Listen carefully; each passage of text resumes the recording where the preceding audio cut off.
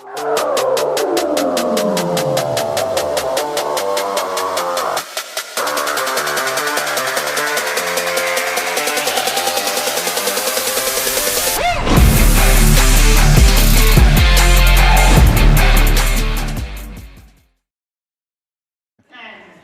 in.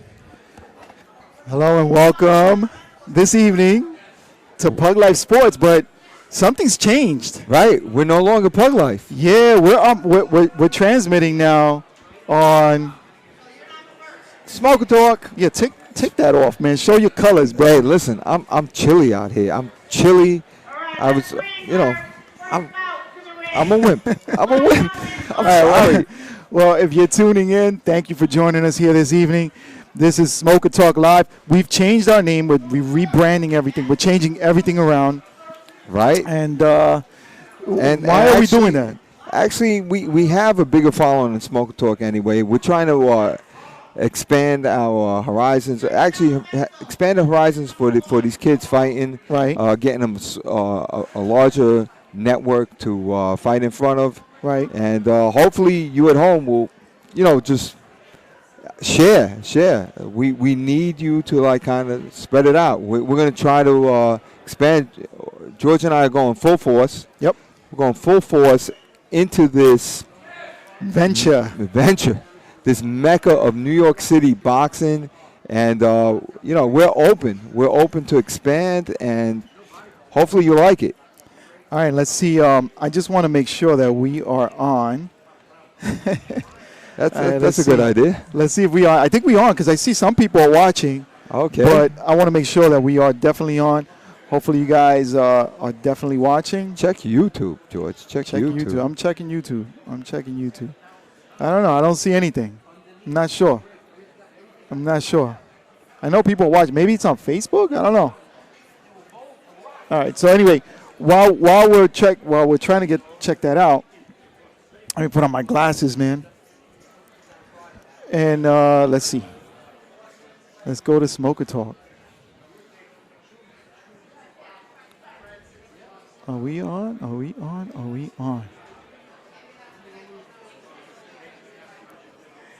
right, that was updated. I think we're on because I see people watching. I don't see it on my YouTube at all. Okay. It might be on Gleason's. Is it on Gleason's? Nah, it's not. It's definitely on YouTube. All right, so we're going to bring you, how many bouts we got? There we go. Live. Yeah, there you go. There. How mmany bouts we got coming up, Dave? Yeah, we're on. All right. We got 14. Even though you saw us and you know we were on. We don't even know if you were. We didn't see us because George's glasses need to be fixed. Yes. All right? That's what it is. How did you even get there? Let's just blame George's glasses. That's all right. Sorry about that. All right, no problem. Oh, I hear myself. Okay. Let's see. All right, let us know if you hear us as well. We want to know. I think we're okay. I think we're okay? I think we're okay. All right, let me go back. Let me get out of here. All right, so anyway, we got 14 bouts this evening. And this is our first ever stream for 2020. Yes. And what's important about this year is that it's the Ringmasters again for 2020. And also, out of this program, out of the smokers, out of Pug Life, out of the gyms, explain that. Yeah. Right. Let me just take care of this. Let's talk about who we are for a second. First of all, I myself and Pat Russo have run Cops and Kids Boxing in New York City for quite a number of years. Here we are. I used to be affiliated with the New York City PAL, which is now out of the boxing game. So Pat Russo and myself have tried to, run a few gyms, and we have. We built like 3 gyms. Out of that program has come 3 Olympians. All right. So in 2012, we had Marcus Brown come out of our program, went to the Olympics. In 2016, we had Richardson Hitchens come out of our program, going to the Olympics. Another pro. Right. And now in 2020, it looks like Shushu, a.k.a. Bruce Carrington, has made the Olympics. Yep. I don't know quite. There's some final stuff that has to be done, but essentially he made the Olympic team. We advocate supporting New York City boxing. And then the Ringmasters program has had plenty of people come out of the program and go into the professional boxing levels. And more than that, it just gives New York City youth that it's interested in boxing. It gives them something to do, and we are wholeheartedly supporting it. We've helped with the Ringmasters program. Yep.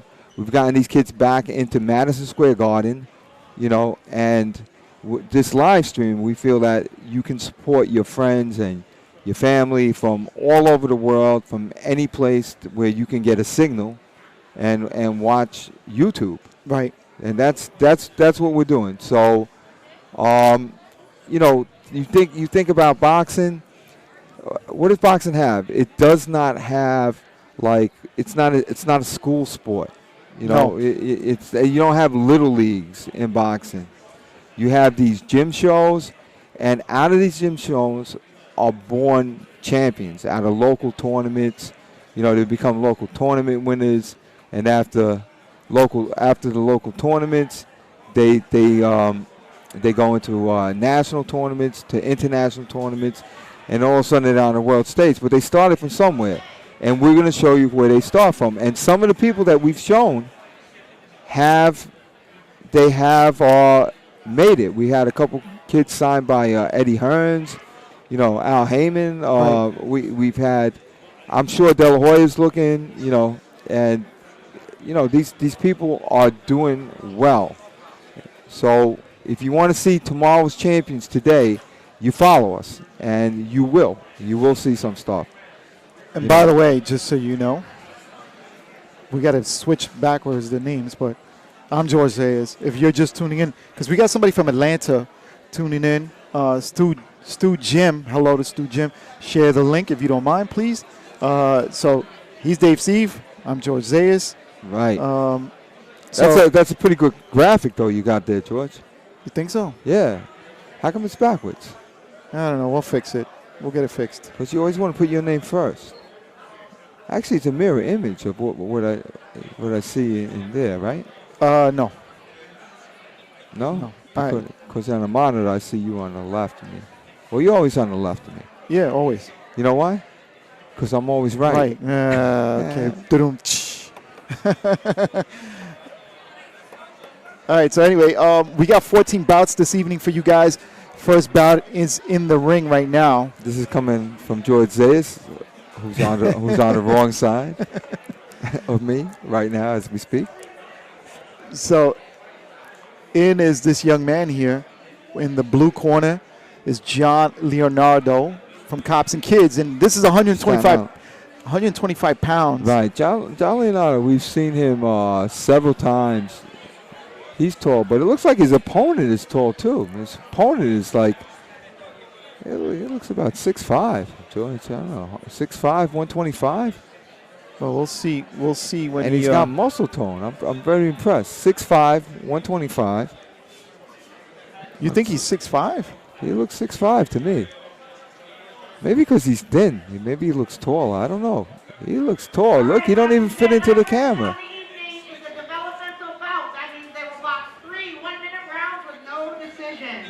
3 1-minute rounds. Okay, so this is going to go quick. Yeah, so this is developmental. And as you know, the developmental is not going to, it's not really going to count.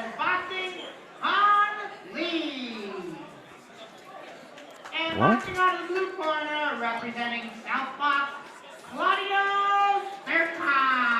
Okay, so she gave us a whole different. It's not even on the fight card. Okay, all right. So we got don't know what we got here. All right, so we got the red and blue corner. Blue corner has some blue on him, and the red corner has no blue on him. Oh yeah, here it is, right? Isn't that it? Han Lee. Oh, there it is. Yeah, Han Lee. That's bout right. number 10. That's why. Okay, there we go. All right. So they changed the order. Han Lee is from Mendes Boxing in the red corner. Han Lee, and he is in black and white. He's got red gloves, and then we have Claudio Sturkaj, Southbox. Oh, they're 165. All right, lefty-righty conundrum right off the bat. And a height disparity syndrome. Hanley is your black and white. And Claudio Sterkaj is your tall drink of water. Wow, good exchange of hooks right there. Yeah, Hanley now pushing his opponent towards the corner. And for those of you who are asking why we're calling Hanley by just his first name Hanley, you're wrong. His first name is Han, and his last name is Lee. So we are using his front back. On Claudio, on the other hand, I'm not even going to try to say his last name, although I tried a couple times. Claudio is your tall guy. He's your lefty. Height disparity syndrome in effect. Hanley tries to charge in.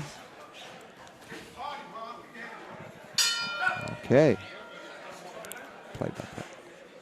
All right, so that's a good first round for both these developmental. You see them, they're pushing each other around a little bit, not getting on some clean punches, but again, they're developmental, so they're just starting. All right, so let's tell people what we're talking about. They got to know some of our terms, George. Right. All right, so we use the lefty-righty conundrum when you have a lefty versus a righty. Right. How are you going to get in? Because it's a different game of chess. It's a different boxing match. So we like to say the lefty-righty conundrum. Some people have different strategies how they go about doing it. We like to point that out. And the height disparity syndrome is when you have a disparity in height. Like this, like you and I right now. Like you and I. Right. And so being tall is not necessarily an advantage. At first it is, but if that person could get by your jab and get inside you, it becomes a disadvantage. So Claudio is on the tall end of the height disparity syndrome. Hanley, and you saw it. Hanley made a move, ducked by Claudio's front hand, and is coming up with the hook. And pulling with that hand is Claudio. Right. And he got caught there with that right hand of hand. Right. And the hand just hit with a good jab too. A good nice right hand. He's got him rocked, and I don't know where Ilya is. I don't know where Ilya is, but that should have been called an A count because he is. Well, Ilya's stepping in now and calling a break. And he's telling him to listen, but I think he's telling the wrong person. Yeah, he needs to speak to Lee. Yeah, he needs to speak to Lee also. No, Claudio was holding, but he was hurt. Yeah, he was definitely hurt. They should have called an A count on that. Yeah, definitely. He got hit with a big right hand by Lee. Hanley is slugging. So Hanley is going. Yeah, he's just throwing caution to the wind, and he's just throwing. Right. He's throwing those haymakers and caught Claudio. Right. So let me let's say so later on we're gonna come in and I'm gonna try to have this instant replay that we're trying to set up. Hopefully you guys could support us later on down the line because the equipment is extremely expensive. But what just happened, whether we saw it or not, Hanley ducked down. Claudio was jabbing, but not effectively. He was pawing, like you said, George. So what Hanley was, he ducked down and came up with the hook. Right. So now he got inside. That's how you beat the height disparity syndrome.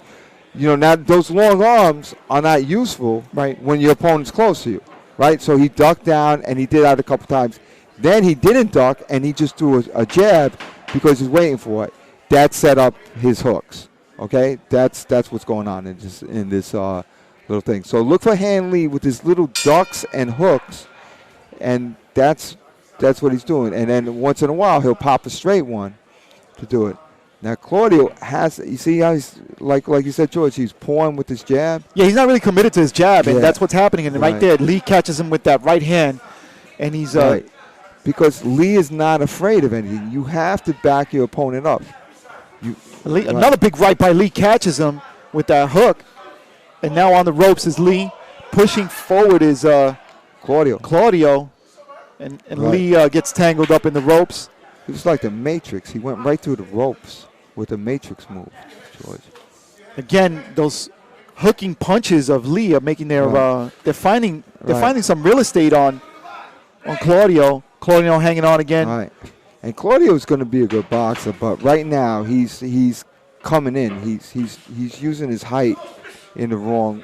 He's good head movement there by Lee. So that ends the developmental bout. And that is perfect. So really good performance. I like the performance from Han Lee. The only thing that I see about Han Lee is I think he swings his punches a little bit wide. No. With Hanley, yeah, he was just going for poke. So what's a developmental bout? Let's tell our audience what a developmental bout is.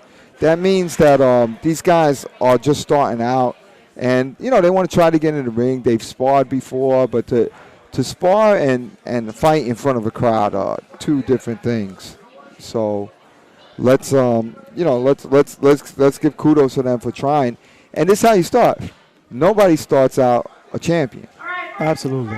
Unless you're Mayweather and you start out when you're 2 years old. Let's go to Sonya. Awesome. So a nice hand of applause for these two young men, two warriors.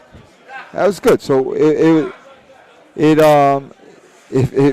you had a little taste for seeing some slugging, you got to see it right now. A little slugging for your palate. Absolutely. All right, so we welcome you to share the link. Go on and share the social media. Look, we're giving, like you said earlier, Dave, we're giving tomorrow's champions, a platform today. You'll be able to see them today because a lot of them, what Dave said earlier, definitely, I mean, right. Wouldn't you have liked to know Canelo Alvarez? Yeah, as a kid. Mayweather. And by the way, we spoke to his brother. Remember, he was telling us about his upbringing as a very interesting. Very interesting. Canelo, and you said Mayweather. Yeah, Mayweather. All these they got to start somewhere. They have to start in these programs, And then you hear about like these crazy stories. Like Deontay Wilder started when he was like I think 19 or something like that, or 21. He was a basketball player, right. And then he got out of basketball and said, "Hey, I should try boxing." You think that maybe something happened on the court and he just slugged the other guy from the other team? You know what? Maybe I did hear this. I did hear that he used to beat up all the other basketball players. So the league just encouraged him go into boxing and just please stay away from us. Yeah, and he's good at it. He's good at it. It turned out, and you know what? He had to fight fights like this too. So this is where you see, the future. Absolutely. All right, so we're getting ready for the second bout of this evening. And you see, which I believe is going to be Quentin Gonzalez from Eastern Boxing Club, but I'm not sure. And John Leandro, I see John Leandro right there from Cops and Kids. Yeah. Okay, Cops and Kids is in the blue corner with blue trunks, blue headgear, blue. And then in the red corner, we have Quentin Gonzalez from Eastern Queens Boxing. And by the way, if you'd like to chat, we'll chat with you here also on YouTube. You can put some comments. Tell us where you're watching from. We'll give you a shout out. Again. Well, George will. I'm not looking at you. Yeah, well, George, you got a lot of hats on today. Yeah. Our usual crew is not here. But we'll do without, and we want to bring you this show, so that's all that matters. Absolutely. This was more of like an impromptu show, right? Yeah, we just want to pop up and show that we're going to be doing this stuff. Boxing out of the red corner, representing Eastern Queens Boxing, Quentin Gonzalez. Okay, so Quentin Gonzalez from Eastern Queens, 125 open pound, and for John Leonardo, Cops and Kids. All right, so the difference in amateurs between open and novice is that the open fighters fight 3-minute rounds, the novice fighters fight 2-minute rounds. To become an open class fighter, you either have to have 10 bouts or win a major tournament, with less than 10 bouts.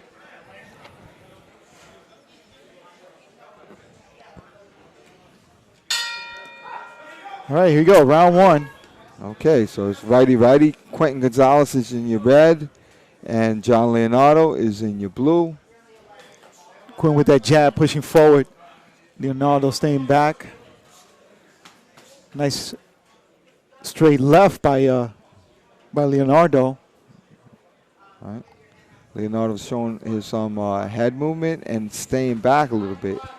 And I'm used to Leonardo. I've seen him a few times being one tough guy coming forward, but he looks like he's learning how to box a little bit, trying to counterpunch, trying to set up. Allegedly setting up a trap right now. We'll see. Quentin Gonzalez is more of your aggressor in the red, coming forward.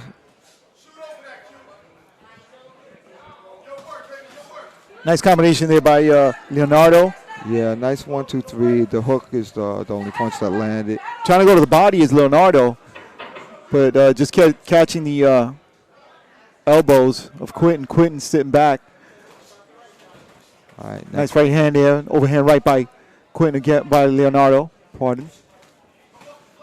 So Leonardo looks pretty comfortable. He like does, just- and he's just- got a nice straight yeah. left hand that's finding its target. He seems to be settling back and letting Quentin come in and then punching when Quentin comes in. So the bait is there. So now Quentin has to decide what he wants to do to close the gap, and when he closes the gap, what's he gonna do? Okay. Nice so that's what combination there. Yeah, when the gap was closed, as you mentioned, Dave, he came in and he got a nice combination. Now answering back is Leonardo. with a good right uppercut that split the guard of Quentin. And Quentin doesn't have a tight guard. He's kind of open. You know, his hands are not really they're not really decided where to go. And here's Cassie O'Connor, a referee, warning John Leonardo not to put the head down too much. In the amateurs, they don't want you putting your head down too much because you come up and headbutt the other guy as you're coming up. So that's a caution. I like that straight left hand that Leonardo's been throwing all, in this first round. He's got that nice jab, stiff jab that's coming down the pipe and making it. And there it is again, connecting. Right. Now Quentin's throwing some good punches, but Quentin seems a little hesitant. he's what I call an undecided fighter right now. Right. He's not sure if he wants to commit to that punch or what. Nice combination there to the body. Absolutely. Although he does know how to let his hands go inside. Once they're in that comfortable distance, he's coming with a body and a head attack, starting at the body and finishing to the head. Nice body shot again by Quentin. Right, so he's fast-handed, but he's a little bit unsure of what to do, and that's why you go into these tournaments. You fight people that are not from your boxing gym. You take a different look at them. It's really a lot on experience. It's Cassie O'Connor waving at you, totally ignored it. Oh, I'm sorry. Yeah, Cassie was trying to say hello. I am so sorry. Just a Cassie. nice person. She's probably saying Happy New Year come on, to you. man. Why are you doing that to me, Dave? She's a mom. She's a grandma. She's a I love nice Cassie. lady. Come on, man. Nice lady. You just totally ignorant. Love Cassie. Just the total diss. Wow. She's a tough cookie, though. Let me tell you, in the ring, it's her ring. It's a good thing that I managed to give her a little nod and say hello, and so I don't have to feel as guilty. But it's a Spanish thing. She was looking more towards you. Oh, God. Thanks a lot. Dude. Thanks a lot. You left her. How do you say leaving her in the dust in Spanish? Yeah. No, I'm not going to say that, man. Yeah, because that's what you did. No, that's terrible. Thanks a lot, dude. Okay. All right, here we go. Round number 2. Again, you have John Leonardo in the blue, and you have Quentin Gonzalez in the red. And it's 125 pounds. Quentin now trying to throw that right, but now it was kind of like he held back a little bit. Right. And Quentin does throw in combination. Nice body shot there by Leonardo, going back to the body.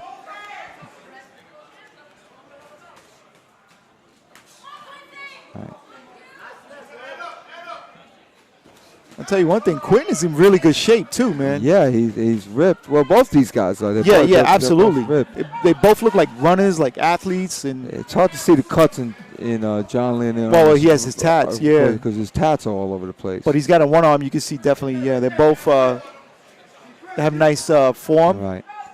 And John Leonardo is definitely.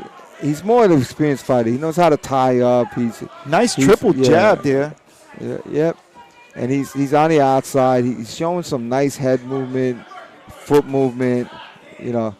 This is a good match for Quentin to learn from somebody who's obviously a little bit more experienced. Right, as they than say, him. iron Yeah. sharpens iron, right? And you may want to, Absolutely. that's good. Nice shot there. Nice left hand by Leonardo, connecting to the right side of Quentin. Quentin trying to answer back now, going to the body. Is Quentin holding on to him with that loose right hand. Yeah, and one of the problems with Quentin right now, and I'm saying this, as a coach, just to share with him, is when he comes inside, he doesn't really have his feet planted, and if you're gonna bomb inside, you really got to get your legs planted and let those shots go. And Leonardo is just all over the place. He's practicing different things. He's definitely practicing Leonardo. As Quentin looks like he's a little hesitant, and he looks like he's throwing more arm punches. I'm not sure if that's right or not. Absolutely. But that's what it seems like from where my advantage is. Right. So I'll do a coach's corner between rounds. Overhand right by Leonardo, connecting. Now go back to the body. Right. And you know what I like about Quentin though? He's not giving up. No, he's throwing punches. Not. He's staying aggressive. He's got his heart in the game. He's got his mind in the game. And he's staying right in the jaw. He just needs a little more skill. He's staying right in the jaw and in the face of Leonardo. Right. Okay.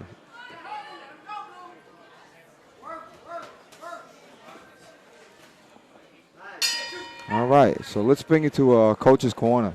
All right. So, let's explain what Coach's Corner is if you're new to the channel. All right, with Smoke Talk. What are the phrases? It's just me being a coach and just pointing out some stuff. Okay. Right. So, inside fighting, George. So, inside fighting, like you're kind of head to head, right? So, you have to know some things. Like, one is if you lean too far forward, if you go over your front knee with your head, you can't have leverage on your punches as much, right? So now what you're doing is if you lean back and you go like this, and now this guy kind of leans in on you, and now you have to decide where your hands are going to go. If he leans in close to you and your hands are out, you can't punch because you're punching around your opponent, and any leverage you get is only with your arms. So you have to pull yourself back a little bit, get your weight under you, and then drive inside. And it has to be with your legs also. Your legs have to be planted. All right, here we go, round number 3. Starting off with that straight left hand again is Leonardo. And Quentin moving forward, pushing Leonardo back. But Quentin now, nice combination there by Quentin after getting tagged to the body by Leonardo. Leonardo now stepping back. Again, go for the body, tangled up a little bit they are. Right. And if you see what I'm talking about with Quentin, he's leaned over his front knee on the inside.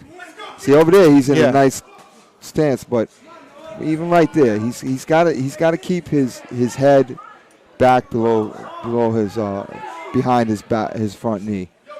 So then that's when they become arm punches, right? When you go over your front knee.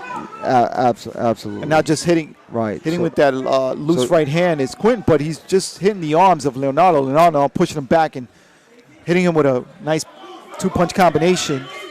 Nice body shot there by Leonardo. Leonardo now with a nice uppercut.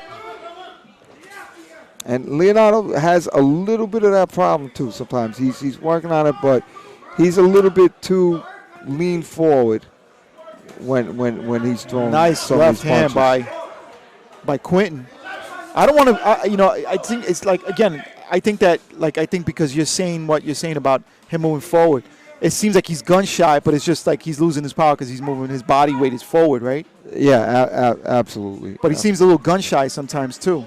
When you say he, there's two of them. I'm talking about Quentin. Okay. Yeah. Nice body shot there by Leonardo. Right. Well, he's also got to block punches, so that'll keep you. Punches coming at you will keep your hands by your sides as you're trying to block them. A nice combination again, and going back to the body is Leonardo scoring in on the inside. Now pushing Quentin back. Quentin in the red. Right. Now Quentin trying to get some work on the inside as well. Gets caught with, I think he just missed that overhand right. Leonardo did. Right. Nice combination again, finding their mark. I like to see Quentin just step back once in a while, get some space, and letting his arms go from the outside because he's very quick-handed, and it would serve him well. And You know, you know what? There's a lot of holding going on by Leonardo. I'm Yeah, I saw surprised. that. I'm I saw that. surprised. He's slick though. He holds on for a second The and ref and didn't then, see that, right? and then lets go. He's a very slick fighter, Leonardo. Those are old timer tricks. He's holding on right now in front of Cassie. I'm surprised Cassie's not calling it. Nice body shots there again by Leonardo. Right. And he's got these little tricks, these little leans, and he's doing a lot of holding and hitting. Leonardo is. Nice body shot again, scoring to the body. But legally. Yeah, he's pulling out the tricks. He's like a trickster, this Leonardo guy. 10 seconds. Guy's All fighting right. right by the photographer.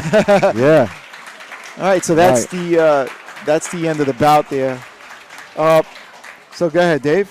All right. So this is a very good fight for Quentin because Leonardo is like an old fogey, old-timer trick guy. You know, like a Bernard Hopkins type guy. He's got. He was tricks up doing a his lot of sleeves. tricks. He was holding on, letting go, leaning. He was on the outside. He was on the inside. He did a lot of things. I'm going to say Mayweather-esque. Of course, you can't compare No, Mayweather yeah. to this kid. No way. But some of these tactics are like, I'll show you something on the outside, so you come to me, and all of a sudden now I'm on the inside. So the trick is to give different looks all the time. Okay. You know, and then Bernard Hopkins, like, because he John Leonardo, quite frankly, fought a little dirty. You know, yeah, a he's little bit usually- holding and yeah, and, little holding, head movement. You know, like little pushing with his shoulder. You know, he with his head.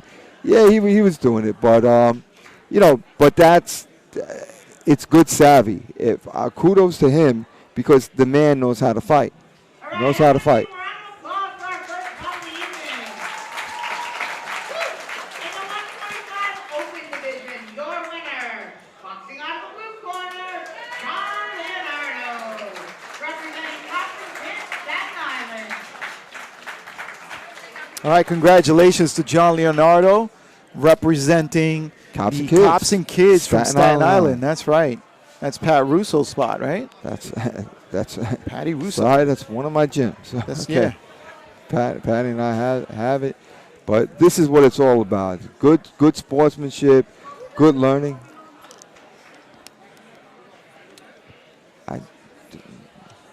Yo no sé. I don't know what that is. All right, so How come you didn't? It's Cassie. How come you didn't hold that guy for? How come you didn't want him for holding? He was holding the whole. Oh yeah. I didn't see a strong warning for that. you know you're live. He's questioning you Yeah, I'm live. questioning the referee. Can you live. imagine that? Yo, we got you on camera. Yo, that guy was slick. He was doing a lot of holding, and I was wondering why the ref didn't stop that. You know what I'm saying? All right, so that's You know? Casey. Cassie O'Connor. She's been a Cassie ref for a O'Connor, while. yep. She's like the queen of Absolutely, USA boxing. absolutely. She's great, man. We Yeah. love her.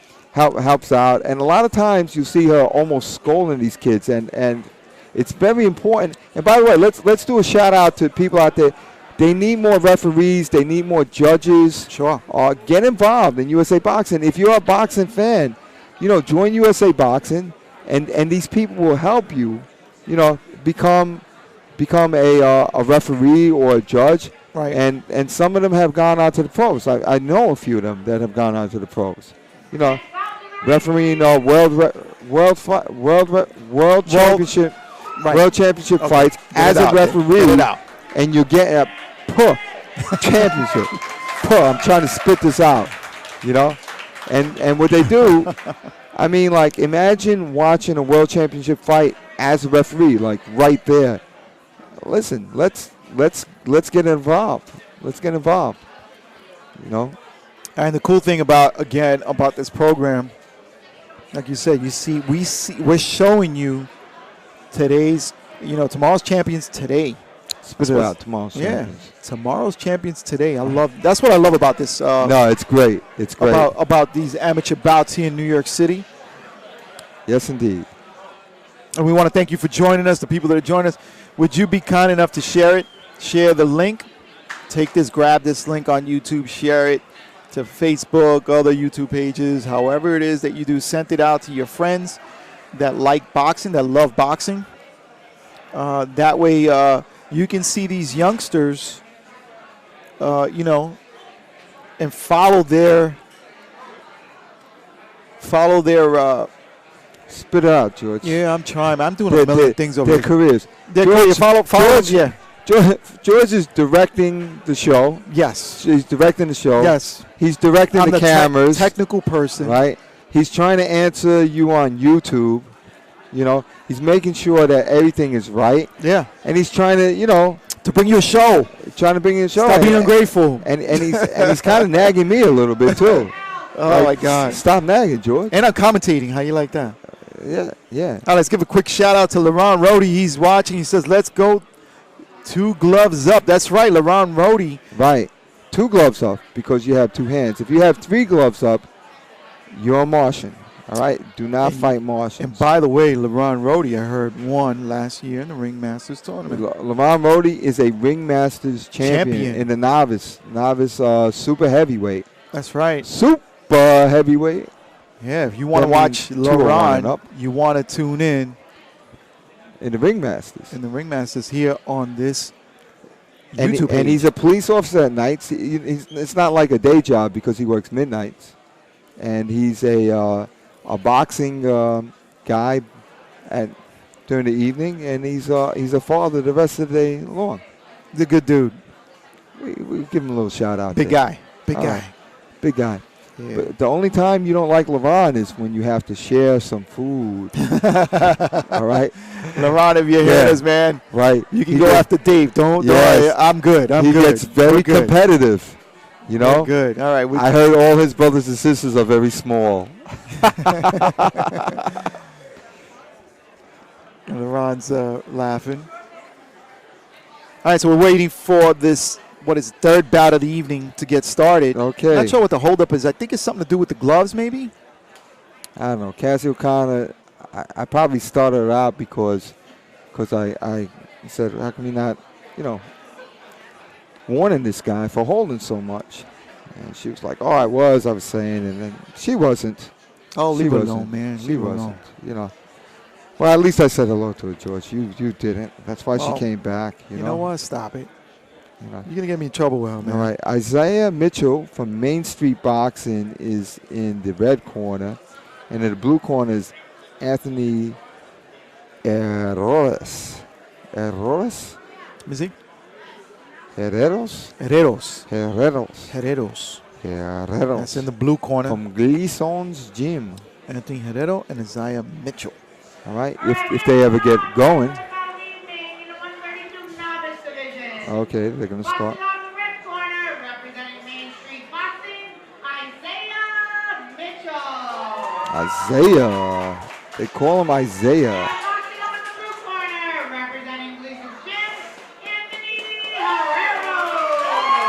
Anthony Herrero. All right, Herrero is in the black with blue gloves on, and Isaiah Mitchell is from wearing red. All right, from Main Street Boxing, red corner, red outfit. And if you know Main Street, know anything about Main Street, that's Coach Stiletti's gym, Mike Stiletti. They run deep. Wear red. They wear red. They wear red, and they have a big gym. A lot of guys there. Yeah. All right, so Isaiah again in the red, and you have Anthony in the blue. I mean, in the black with the blue gloves. Right. Okay, so Nice jab there by Anthony Herrera is Herrero. a mover. He moves around the ring He's a mover. and very he's a fast. jumper. All right. I'm already seeing a lot of power punches coming from Isaiah. Yeah, he looks like he wants to get in there and mix it up for sure. And Herrera wants to move, stick and move. You got your Ali, Joe Frazier type of thing. going Yeah, on. absolutely. Yeah, absolutely. Well, these guys And in the then- corner now. Right. And wow, Herrera's just putting his head down and Moving just very quickly, almost ran over the referee. yeah. All right, so they had a little exchange there. Right. So Isaiah Mitchell is just I'm sorry, it's Isaiah Mitchell in the red, and he's putting his head down and he's trying to bull his way in with his head. He's actually using his head to hold Herrera there and letting go with both arms. You know? Little warning there by Casey. Yeah, Cassie. Cassie Yeah. O'Connor. And moving forward, a little bit off balance, it looked like I tell you what, is Mitchell. Mitchell is letting go with some bombs to the head and body. Body shot there by Mitchell. Another body shot again. Right. And hanging on was Anthony. Right, and Herreros is just holding on. He needs to. So I'm gonna talk about moving in a second. So Herrero, if you're gonna move, you also have to be able to keep a guy off you. So those punches have to be sharp first, so that the person's not afraid to just chase you down. Body shot again by Isaiah Mitchell. Yeah. I'm sorry, by Yep. You Isaiah got it right. Mitchell. Yep, Isaiah Mitchell. You Okay. got it right. Isaiah Mitchell in the red, Anthony Herreros in the blue. So you have to do something. So this is one of the things that George, like the reason we like the amateurs is so that you can see what boxers think in the pro boxers, and then you can break it down much easier in the amateurs. So here you have Herreros, and he's moving around and he wants to punch. The question is though, can you move back and punch? Right. That's hard to do. Right. It's not easy because your momentum's going back, and you have to be able to get your body weight going forward, and you have to stop him. If you don't stop him, what's stopping your opponent from just marching forward and throwing punches as hard as can? Absolutely. Much easier to throw Absolutely. punches harder. Absolutely. So that's an art that you have to master, and this is the sweet science.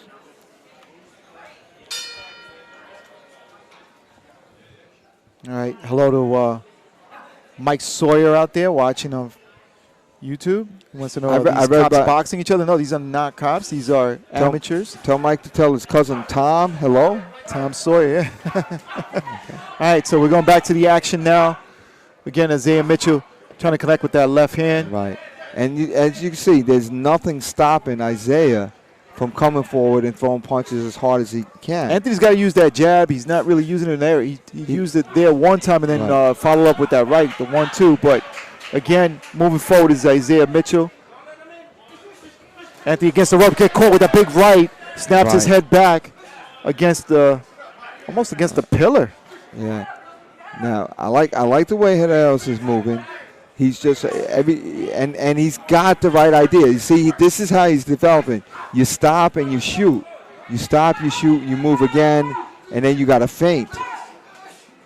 Nice body shots there by Anthony Herrero. So there we go. That's every once in a while. That's what you got to do. You got to stand your ground and let some quick shots come out. And you got to try to sting up your opponent. Otherwise, you're going to be in the way.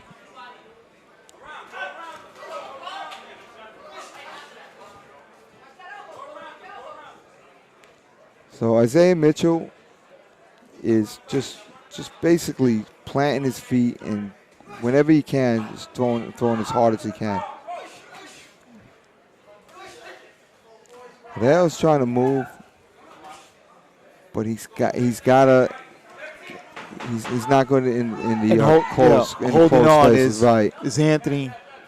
And that's a problem. Holding on in boxing is a problem because when you hold on with both hands, especially with both hands, now your opponent has two hands to just let go, and he doesn't have to worry about you. There's no defense. If you're holding me, you can't punch me.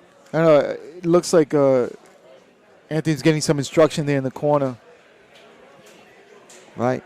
But, again, this is how you're going to do it. How else are you going to learn the game if you don't play? Right. I mean, George, when we were little, when we played hopscotch, if somebody didn't draw those little boxes for us, how were we going to learn? Do you understand, George? Absolutely. Well, Anthony Herrero choosing not to sit down. He's good. I like him. He's got the fundamentals. He's developing them in his mind. And Mitchell as well choosing not to sit down. All right, round number 3. And there's time called.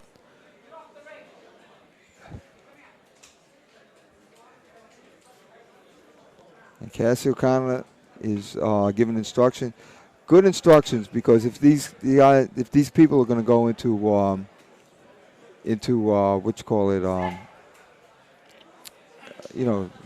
future matches. She told one of the kids in the corner to sit down. That's good. I love her. She's the best. She's tough, man. Yeah, she's not Tough. playing. Yeah. She don't play that crap. Okay. All right.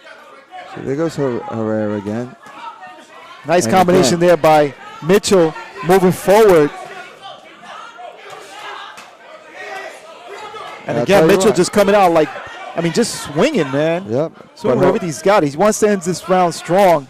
But Herrera is standing his ground, and he's letting him go. Gets caught with a big right, does Herrera.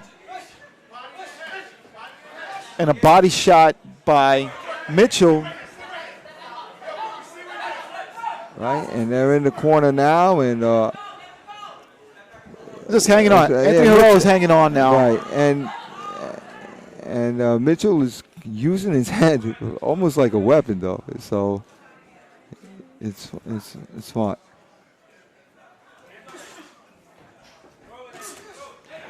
Nice combination All right. there by Mitchell. Again, nice combination by Mitchell. All right. He's really sitting down on his punches and going forward is Mitchell. And Right. again, Anthony Herrera not moving out of the way of those punches. He gets caught there to the body. Nice combination by Herrera, but gets caught again. Right. And Herrera is learning how to fight. This is a good match for him. And Mitchell is just putting his head down. You know, if Herrera's was, these are novices. If Herrera's was an open guy, he'd know how to throw an uppercut in that. But that's a lot to ask for a novice. Again, the strong combinations from Isaiah Mitchell, and that's the end of that bout. Right. So I don't know if we saw it, but I want to say that Cass O'Connor did a good job of. There was something weird going on in the corner. Isaiah Mitchell has like a bad habit. I don't know if it was just for this fight or anything, but he kept bending down and putting his gloves on the canvas. And you don't want to do that because every time the gloves touch the canvas, you got to wipe them off. So Cass O'Connor said something to him. So really good fight there. Real good. And not only do you see these novice fighters, but you see what they're thinking and what they're going to become and what they have to develop into. Herrera is a mover. You know, he's going to have to learn to move his feet a little bit better. And punch. And punch. Right? At what occasions, though? What occasions do you stop and do you punch? What occasions do you fake? You know, Right. and you gotta do that. Meanwhile, you have Isaiah Mitchell, and in this case, it was kind of easy for Isaiah to come forward, right? But that could be a mistake because the next time he either fights Anthony again or he fights somebody Another else. opponent, yeah. Yeah, you put your head in too much, somebody's He's going going to call with that uppercut. Yeah, Yeah, absolutely. They're gonna uppercut. put you to sleep. Also, you affect your own vision. You know, your own range of vision by putting your head down like that. Right. You know, I personally don't like that. You know, I understand the inside fight and I understand you have to do it, and you can use your head, but I like your weight in the middle so that you can move in different directions, and you're more versatile for different types of technique. All right, how about a big round of applause for bout number 3. Good job by these young amateurs. Now is your winner, boxing out of the red corner, Isaiah Mitchell. All right, so that's the W for Isaiah Mitchell. And like you said, I think that this was a good fight for, Anthony Herrera to take. Yes, absolutely. A good learning experience from them, you know. And good sportsmanship by them, too. Absolutely. All right. So look, I just want to. Mike Sawyer says, that's his dad. You smart ass Tom. Yeah. Oh, I thought it was his cousin. I knew he was related, though. I knew he was related. I'm a fan of his. I'm a fan of your dad's. What Tell can him I we tell say you? hello. Tell him Tell that Smoker Talk. Yeah, Smoking Talk Boxing says hello. We say hello. Tell Tom we say hello. All right. Anyway, we appreciate you being here, Mike, and everyone else that's tuning in. We really, from the heart, we appreciate. We are humbled that you are taking your time out of your Saturday evening to be with us here, watching, and hopefully supporting these kids. Hopefully you have some connection to them. It's really not about. It's not about Dave and I. It's more about them and their future. And we're more than happy to be your servant and to bring these shows to you so that you can see again tomorrow's champions today. Right. So thank you. We ask you to join. You can watch it. Look, you can follow us. There's a couple ways. Subscribe. Couple ways, yeah. Right. One of them, IG, Instagram, for you old fogies that don't know what IG is. Okay. Facebook. You old fogies do know what that is. Yeah, most old fogies do. Okay. YouTube. I think everybody knows, right? Right. Well, if they're watching us, they had better know. You can watch us. And we also have a Twitter account. You can watch us on Twitter. Also, once in a while, we'll be tweeting some stuff out. Right. And I'm still learning how to tweet. Yeah, he's an old fogey. Yeah. Eventually, I'll learn how to fight. Well, Trump tweets and then all the time 10 million. And he's like 71 years old. Yeah. Yeah. Yeah, but he's the president of the United States. Yeah. Well, when he tweets, the stock market flies up and down with him. Yeah. Crazy. But anyway, we're going to keep it right here. We're going to move on to the next bout of the evening. This is going to be, the fourth bout of the evening. And coming up is what weight class? I lost count. 141 JOs. JOs. Oh, I actually know one of these kids. Okay. All right. Boxing out the red corner, representing Gleason's gym, Elijah. That kid sounds biblical. A lot of biblical names are coming out. We had we had Isaiah. Now we got an Elijah. And Abdul. Abdul. Is that biblical? No, I don't think so. I think that might be from the Quran, maybe? I don't know. Yeah, maybe. Yeah. I don't know. All right, so here we go. This is, again, the weight class here is going to be 141. And it's JOs, meaning they're juniors. They're less than 16. Yep. So Abdul, I actually know. Abdul Harrison is from Bedside Boxing. I go in and out of Bedside Boxing. He's a good boxer. Elijah Reddock, I do not know. But the way he came in and out of the corner, these two definitely know how to box. Look at that. Look at Elijah. Look at that stance that Elijah has. Elijah is in your white tank top and red gloves. Abdul is in your blue tank top, blue gloves. And right away, Abdul is coming forward. And I just like the way Elijah stands. That is a real good stance. Nice jab. Yep. And these kids are fast. And absolutely. These young men, rather. Oh, my they're goodness. Very, very fast. They look great. Moving well is also Abdul. Abdul has a nice stance as well and moving well. Abdul's trying to get it in. He's trying to push his way in. That gets caught with a left hook. With a left hand by Elijah. Elijah now on the ropes. Elijah in the white trunks, yellow headgear. And basically Elijah has some red and Abdul has some blue. And that's how you go red corner, blue corner. So Elijah, wow, look at that move Elijah did. Yeah, moving forward is Elijah going to the body and going up top again. But a lot of those punches weren't clean. Nice body shot there by Elijah. A 1-2 straight to the body.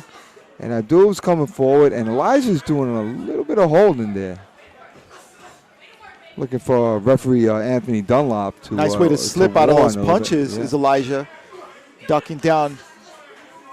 And again, ducking down and missing that left hand. I tell you what, these two juniors got more moves than all the other bouts combined. Look at Elijah with his hands down, moving his head. Well, he feels very, very comfortable. Yeah, very relaxed. He's half stepping back. Oh, nice left hand there by Elijah. Now to the body going again, Elijah is. Abdul staying there with his hands to his high guard. Now moving forward, pushing Elijah to the ropes. And wow, great. All right.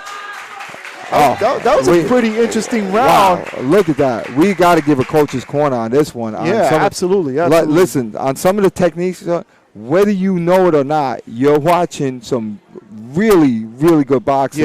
Yeah, and absolutely. This Elijah Reddick, I got to give it to him. He's half-stepping back. What is half-stepping back?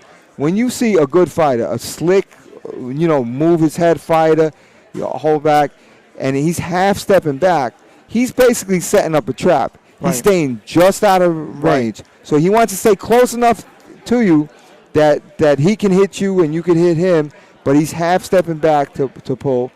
I mean, this kid can fight. He can fight. He's a legitimate boxer in there. And Abdul is a really good boxer, so you can actually see what Elijah is doing, so he could actually try some of his technique. A big shout out there to Willie Brankirk that's watching. All right. Shout out to you watching it. Thank you for joining us here on Smoker Talk Boxing, So I'm where pretty we bring that smoke. Yeah, that's it. You want that smoke? We got it. All right, look at Abdul. Abdul has thrown caution to the wind. He's inside, and he's letting his hands go, Abdul is. And fighting off the ropes is Elijah. Right. Now meeting in the center of the ring. Elijah now with a nice combination. Gets caught with the right hand against pushing forward is Abdul. Abdul putting him to the corner. Abdul go. And he's not smothering his punches. I cannot believe how good Abdul looks because he's bombing away. He's obviously being aggressive. He's going forward, and yet he's not smothering his punches. It's funny because it's almost like a different boxer this second round. He came out way different than he did in the first round. With that right hand going forward with that jab is Abdul. Abdul again just getting out of the reach of that punch. Elijah now in the center of the ring with his hands down. Right, to and the he's side. doing a half step back if you watch Elijah.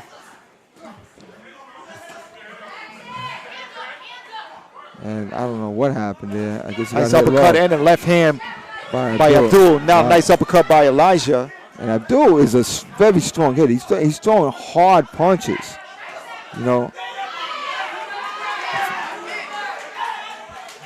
Wow, these two are really, really good. I'll tell you what. Give these kids another 10 years apiece. Oh yeah, and absolutely. They'll be filling up a stadium fighting each other. Absolutely. What I like about like you wonderful. said, Elijah is very comfortable, man, with his hands to the side. He looks like he's a vet, like an old vet.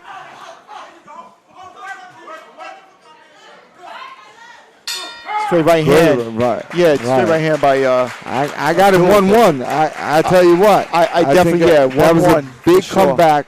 So for Abdul. Absolutely. So again, coach's corner. So this guy has experience. Abdul, Right? This guy has it's experience. almost like at the first round he took it off, Yeah. right? Like he was just kind of feeling out Elijah. Elijah obviously has experience. He's probably he's been boxing since he was little. Right? Now you Abdul. What do? You turn up the heat. And he did. In that second round, he definitely did. Sometimes it takes a little bit of energy and effort to overcome skill. Right. And I think Abdul did that, and I'm pretty impressed with him. And again, you're watching Smoker Talk Boxing here. The first event of the year for us here on Smoker Talk. You're watching amateur boxing from Gleason's Gym in Brooklyn, New York. Third and final round here on the weight class here is going to be 141. And they're JOs. They're JOs, but they're fighting like they're seasoned guys, man. All right, and look at Abdul with a big flurry to start off the round, and he's letting his hands go. And Elijah's slipping, dipping, counter punching. My God, what a great boxer this Elijah is. And what kind of heart does Abdul have? This is Abdul's first fight ever. Oh, wow. Are you kidding me? No, he didn't start boxing except, I think, less than a year ago. But whoever's training him is doing a great job developing him along because, he's standing. And let me tell you, he took some power hits there, and he just stood him. He ate him up and stood right in the pocket, like right there, and also answering back with that left hand. Going forward, pressing the action is Abdul. Right. There we go. And you can see they're a little bit out of breath. Yeah, a little Look tired. at Abdul trying to take a rest on the ropes. I don't know what that was, but he came back with a good jab. Yeah, these young kids. He's new to the game. Abdul trying to work that uppercut on the inside. Right. And Abdul's Now, feeling a little nice tired. two-punch combination there by Elijah. And again, now answering is Abdul. Slipping that punch is Abdul. Nice foot movement to get out of the way of that punch. Wow. Nice body shot by Elijah. Slips a punch and then returns a body shot. Elijah did. Right, and I think this fight is up for grabs. Absolutely. Wow, what a great round. I think This the is third definitely- round. I think the It's third round. whoever wants does it more, yeah. right? Whoever wants this round Absolutely. more is going to take it. And nice combination there by Elijah moving forward, Right. pushing Abdul to the corner. Teeing off, trying to look for some real estate, hanging on. And It's look Elijah a at little bit. Elijah. He threw a flurry and then leaned on Abdul. That Great is job. so. Great job. That shows Wow. you know how to box. And the crowd is very happy Oh my watching God, this I'm bout. very happy. Great job by both of them. Right, and wow, Man, I definitely want to see these Yeah. guys again, if, man. If you don't think you're not seeing tomorrow's champions today, you are insane. You're crazy. You're insane. Do you see this kid? He's less than 16. He threw like a 6-punch combination at the end and just leaned on him so he could rest. You know, Yeah, absolutely. Great job. really That's unbelievable. great job by stuff. both of them. I'm really happy with this bout here. I like to see. I'm sure we're going to see these guys again. And let me tell you, give them another year to develop. Oh my gosh. Give them Look another at year to develop. You're going to see Jeez. them in the Ring Masters competing. And who knows, in a couple more years, like you said, Right. we'll see both of them, maybe on a professional level. Yeah, this is tremendous. This is really good boxing. It's entertaining, you know. And you don't even have to know what you're looking for. You could see that you have a great All right, our fight. fourth bout of the evening was a carryover from the Metro tournament. So the winner of this bout will be receiving a belt. So not everybody gets a belt. All right, in the 141 JO novice, your 2019, I know it's 20, don't correct me, Metro champion is boxing out of the red corner. All right, so Elijah pulls it off, Reddick. Right. Elijah Reddick, if you want to follow him. Elijah Reddick, and he fights out of here at Gleason's gym. Congratulations to him. But let me tell you something, Abdul Harrison from Wow. Best Eye. First fight. Let me tell you something, man. First fight. Wow. Awesome job Yeah. by these two young And men. he threw some bombs. And, to see that kind of good boxing at that young of an age, it's insane to me. Absolutely, Because when you first learn how to fight, a fight is obviously two bodies coming together, right?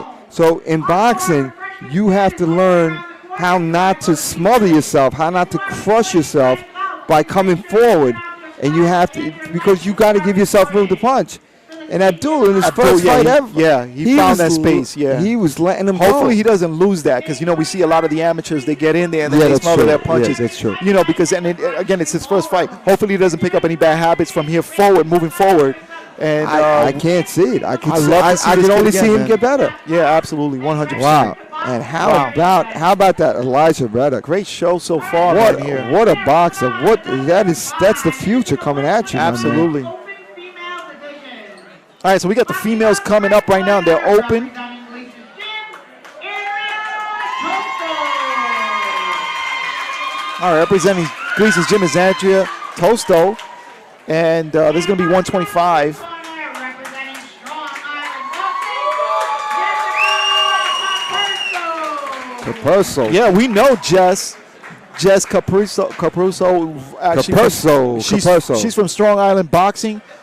She fought last year in the Ring Masters. So we know her from there. And she is a Ring Master champion. All right, here we go. First round. All right, so Jay Tosto is in your black and white, and Jess Caperosa in the blue corner is wearing all blue. And you know what? This is how you move. All right, so the difference between this George and Anthony Herreros, who's trying to move before, is that when you see Jess move, and a lot of people out there should take a look at Jess move because her footwork is proper. Okay, she moves around, but she keeps her stance. Like she's always ready to punch, and that's the difference. With Nice right hand there by Capruso. Right, with moving and moving rapidly. And trying to work on the inside is Toso. And let me tell you something, man. We've seen Jess develop from last year to this year. You can see a different boxer, and she's always in the gym. I follow her on IG, and always seeing her work. Okay. She's moving a lot better this year than she did last year for sure. I don't know why her mouthpiece is just sticking out of her mouth. Yeah, I think she might have the wrong mouthpiece. It's bothering me. Yeah. I'm horrified at her mouthpiece sticking out of her mouth. Okay. Oh, Andrea comes in with a big right hand. So we got the height disparity syndrome going on in full effect right now. Andrea is your shorter fighter, and Jess is, besides her height, she's also using her footwork to accentuate the distance between them for her to feel comfortable. And keeping busy is Jess. Capruso with her hands. Trying to work on the inside is Toso. Toso's trying to find some room, but Capruso keeps answering her with those longer jabs, the longer reach, and making it a little bit difficult for Toso. Yeah, more than a little bit. I think it's Tosto. Tosto. Pardon me. Tosto. Yeah, that's Tosto. correct. All right. So Coach's Corner again. Let's go with Coach's Corner. All right. So with the height disparity syndrome, you got the short, you got the tall. Right. How does the short person fight it? Well, first of all, the thing is, especially if the tall person is moving around, not to follow. Right. You can't follow. You follow, you're just putting yourself in range for her, and yet you're not in range for you. So do not follow. Right. That's as a shorter person. You have to get that space, and you have to stay just on the outside of the reach. Right. People say, "Oh, you got to get inside." Yeah, eventually you got to get inside, but until you get inside, what are you going to do? Just stay on the outside? You got to stay on the outside a little bit. Okay. And then you have to pick your spots. You're going to have to jab. Even though you know you're not going to reach with your jab, with the first, maybe even the second punch, it still gets you to start moving. Another thing is that you can either punch at the same time or follow your opponent's punches back, right? All right, so 1 for 1, right? They throw a jab, you throw a jab. Right, absolutely. All or 2 for 1 to get you inside. All right, going to the body was Tosto, but getting again, answering back is Capruso. Capruso with the blue. Right. Nice combination there in getting. Right. And first to the punches, Tosto. Sorry, go ahead, Dave. No, go ahead. So what it is if you saw in the first few seconds of the round, Tosto threw punches at the same time. Jennifer throws, Jessica. Right. So if she throws punches at the same time, she will land, and you have seen her land. So that's one of the answers, is to punch at the same time as the taller person, because you will be in range. See, that won't help you. That's just like loading up, running forward, and throwing a punch. That's not going to help. That's another combination, answer. But now answering, combination. Like you said, Tosto answering back and connecting. She's throwing those overhand punches, but she's connecting with them because she's also keeping pace with the punches of Jessica. Right, and that's another answer, is to throw in combination. If you throw in a combination, you can make up the distance as you're punching. Now let me ask you a question, Dave. How would somebody know how to keep it? How do you know your opponent's throwing a punch? Like, when are you? How do you time them? No, just throw it as soon as you see them start. Like throw, moving, like just a movement, arm movement. Time. You throw it. Okay, gotcha.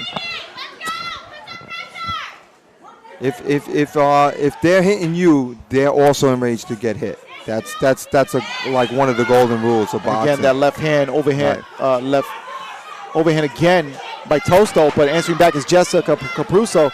Jessica being a little bit busy of trying to push Tosto off. Right, and Jessica is not moving like she was in the first round. No, she slowed down a little bit. And Andrea Tosto has turned up the gas. I think the referee told her to put her mouthpiece in, but I don't think I think the mouthpiece might be the wrong size. Or it might be one of those crazy mouthpieces. Oh, the ones that you heat up? The ones that you kind of... No, that's all of them, but it might be... but like they have mouthpieces where part of it comes out. I don't know what it is. It's like an extra piece of plastic. It's horrifying to. It's to me. I don't understand it. I mean, football players, they have the strap, so they could put it onto their helmet. Yeah, I think the referee went over and said make sure the mouthpiece is secure. Okay, so once again, I'm on the right side of you, and I'm right again. I said, George, did I not say that mouthpiece being out horrifies me? Yeah. And what did we just see the referee do? Yeah, he went to the corner and he like 3-4 times, yeah, right? he told us, make sure that mouthpiece is secure. And again, he does it right before the round starts. I'm telling you, horrified.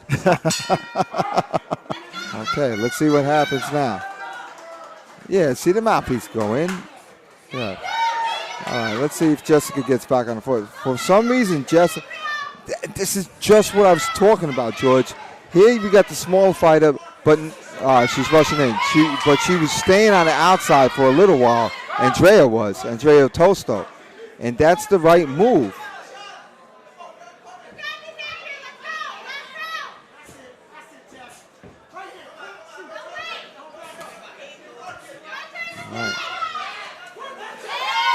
Okay, and here's Tosto. Tosto's trying to march in, and she's got to get in through. She's got to get in past these jabs by Jessica. And Jessica, for some reason, is coming forward. I don't know. She was doing fine on the outside, moving her feet. But I don't know if she's in shape enough to do that for 3 rounds. She might not be able to. It's a lot of movement if you want to be a moving fighter. A lot of energy to keep yourself moving. Absolutely, and she looks a little more tired, but she looks a little frustrated too. Right, definitely. Well, see, Tosto's just charging in.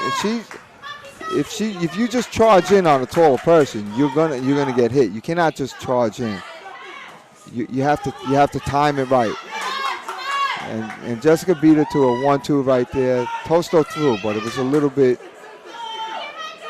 It was a little bit before, so she played her hand. Right. Okay. Now Jessica's starting to move again, and she was doing fine when she starts to move. When she moves and punches, well, I don't think she likes that Tosto's actually connecting, and that's why she's moving. But again, now pushing to the corner, and now holding on. Referee calling a break, but this is it. That's the last of the bout. Good fight. And I want to say, Willie Brankirk says that maybe that's a football mouthpiece. That's what. Yeah, that's probably what it is. That's what it looks like, right? Like a football mouthpiece. Like it had something sticking out of it, or Jessica does not know how to breathe with the mouthpiece in her mouth. I don't know. Not sure. And again, she was last year competing in the Ring Masters. She was new last year. It was her first year boxing, I believe. Oh, really? Yeah, last year was the first time. Well, she's a legitimate boxer for sure. I mean, we saw her move right now, do some really good things. And well, again, how cool is it that we're seeing a lot more women in this sport? Oh, absolutely. And I think that's the future also of boxing. We're seeing them like by Amanda Serrano. Heather Hardy. That was a great fight. The Amanda Serrano Heather Hardy fight was fantastic. Wow. Yeah, incredible. And I think that might be part of a saving grace for boxing, or to revive boxing a little bit, because as the MMA sport has kind of taken over a little bit in the contact sports area. Okay, so referee Anthony Dunlop is, I believe, ready to go. All right, how about a big round of applause? All right, great boxing match. Open female, your winner. Boxing out of the blue corner. All right. And let me tell you, Jessica wins this. Congratulations to Jessica from Strong Island Boxing. And Tosto did a great job moving forward. I mean, she was facing a taller, longer reach opponent. Right. But she handled herself pretty good as well. I'd like to see her develop as well and see her back here on our show on Smoker Talk Boxing. Absolutely. Absolutely. All right. Big shout out to Dream Team MMA Boxing. He wants to know what bout is this. This is, I think, the 6th bout of the evening, right? Right. Well, it's the 6th.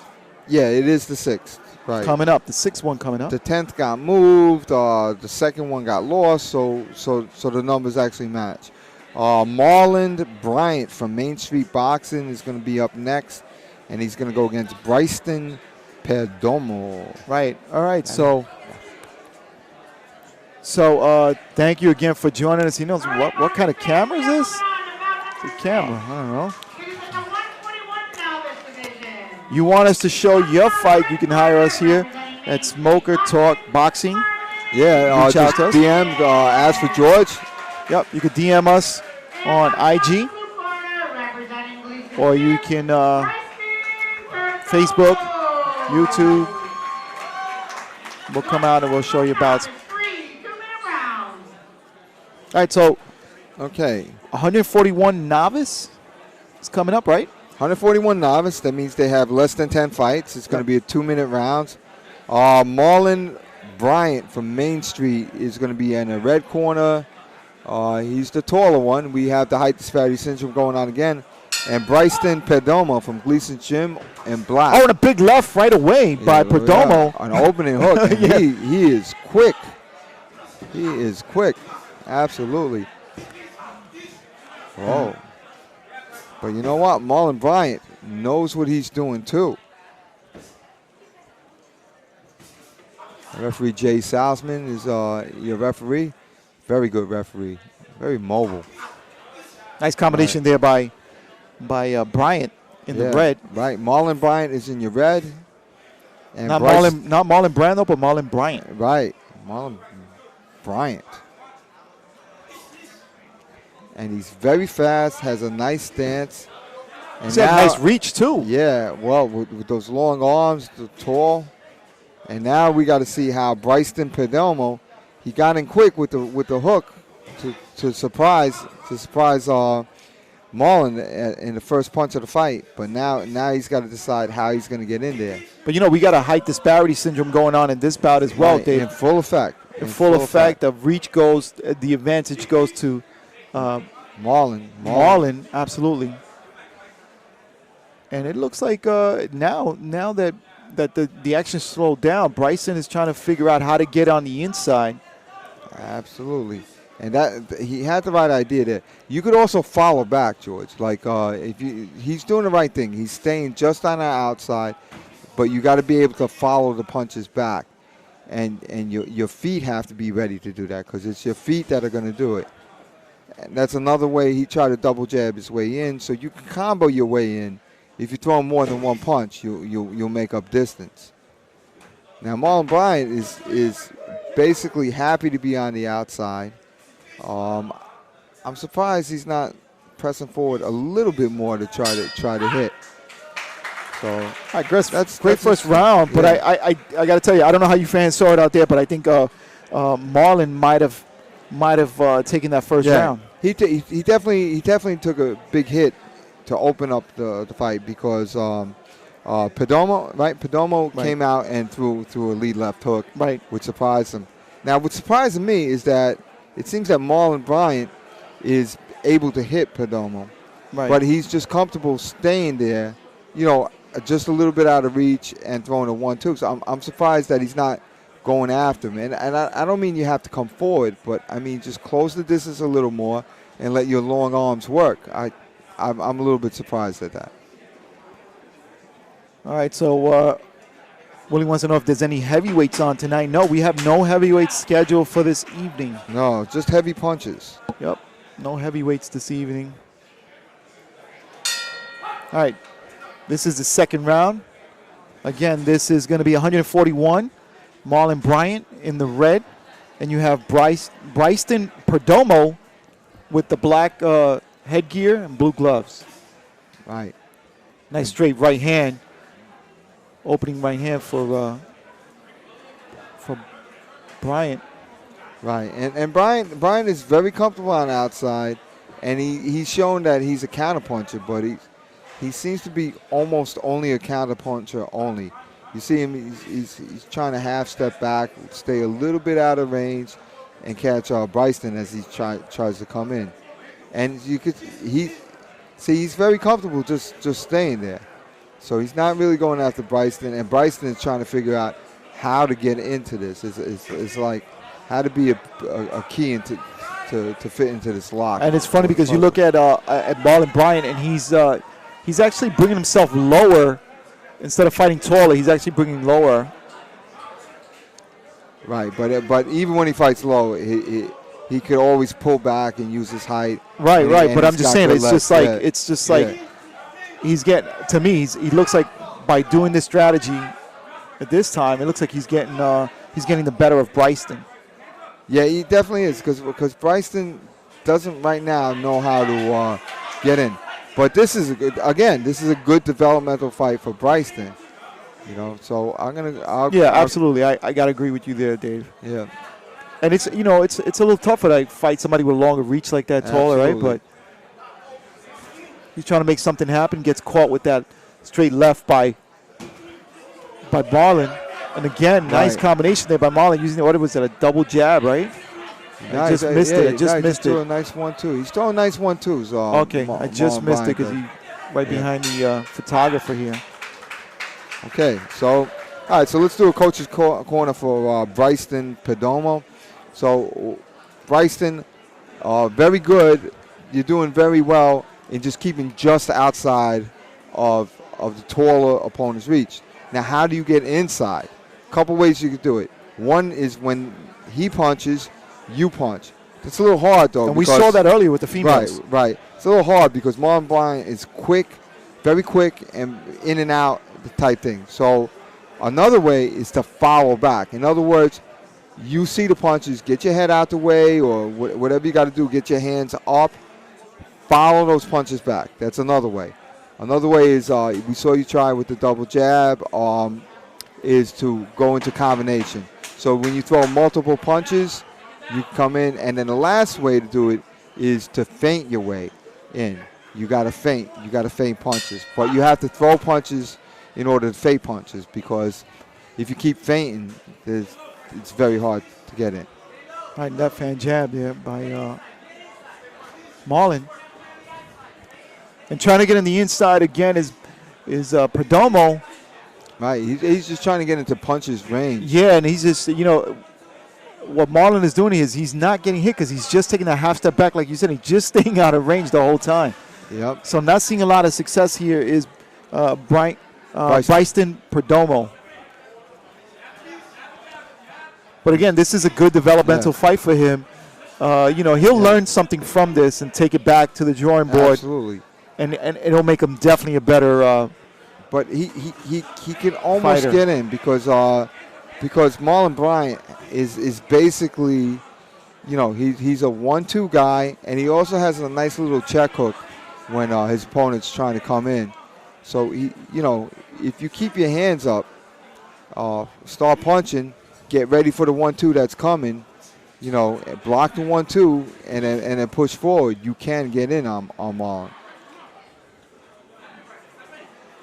But it'll take a lot of athletic ability and a lot of know-how. I'll tell you what, Marlon's footwork is really good footwork. Absolutely. So let's talk about Marlon's footwork. What makes Marlon's footwork good is that he's always in a stance. He's always adjusting his distance. These little tiny steps that he's doing, you never see him just leave his feet there. He's making adjustments. He moves to the side well, and he could punch as he moves in any direction. So he's really a superior boxer. Yeah, I like to see him as well. I mean, when he gets more experience, and you could tell he's developing very nicely here with his with his boxing career. Right. So what we'd like to see. So Marlon, we might not be saying anything to Marlon. So I apologize, Marlon. I didn't say things here. It's obviously because you have things under control. Right. Right. So he was just cruising. It's brilliant boxing. Right. It's the footwork's terrific. The way you keep your stance, the way you throw punches and then come back out of range, it's tremendous. Right. It's tremendous. we really want. We understand that you're a high level fighter, and we're looking forward to seeing you fight other high level persons. You know, and to see how you handle that and what your adjustments are. Obviously, a great boxer. And very fun to watch too. Very entertaining. Moves well around the ring. So yeah, it's exciting to see him. I mean, you're seeing him here today. We don't know what What the future holds. future holds for him. Absolutely. But he's a fantastic boxer as well.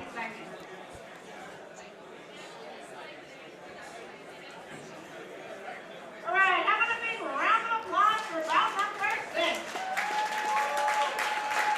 All right, that was the 6th bout of the evening. Let's see. Division, your winner, boxing out of the red corner, Marlon Ryan, representing Main Street Boxing. All right, and here's a name we've seen before, Nabried. I think it's Nabreed, but I call him Nabried. Nabreed. It's probably Nabreed, but I like calling him Nabried. And Elvis Cardenas. Well, yeah, he actually, his dad is here. I spoke to him earlier. And he said not he to call him Nabried? No. He fought last year as well. He fought on Pug Life when we were on Pug Life, and now this is now SmokerTalkBoxing.com. You'll be able to watch us. I'm sorry, Smoker Talk Boxing.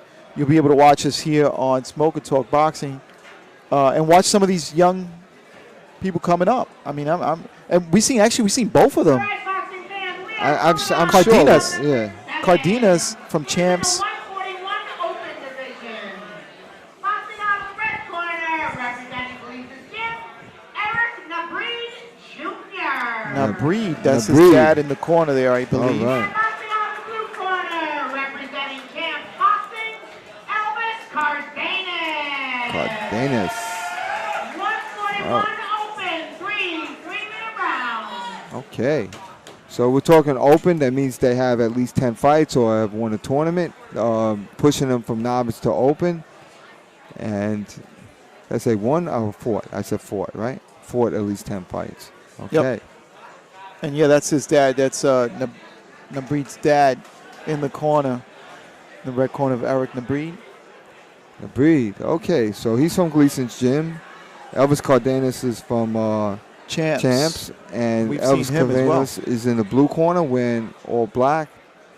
And Eric Nabreed is wearing those patriotic trunks, red, white, and blue, stars and stripes.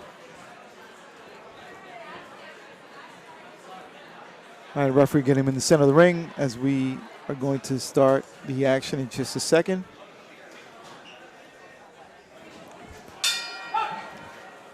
And your referee is Jay Salzman. All right, starting off with a jab is Nabreed. Okay. Nabreed moving on the outside. And look at how comfortable Nabreed is with his hands down and moving all kinds of ways. Very fast. Nice combination there by Cardenas. And Cardenas we saw last year. I think they call him El San Pancho. You see it on the back of his shirt That's there. a Pancho He's Jr. from Mexican fighter. Nice right hand there by Nabreed. Catches Cardenas. Elvis Cardenas. Yeah, and Elvis firing back with that right hand. Catching Nabreed on the outside. Fighting off the ropes. And Nabreed has some speed. Very, very sharp. Yeah, you can see these guys have experience. Absolutely, And 100%. they These bring are it. open fighters. Again, this is 141 pound. Nice exchange, short exchange there by both boxers.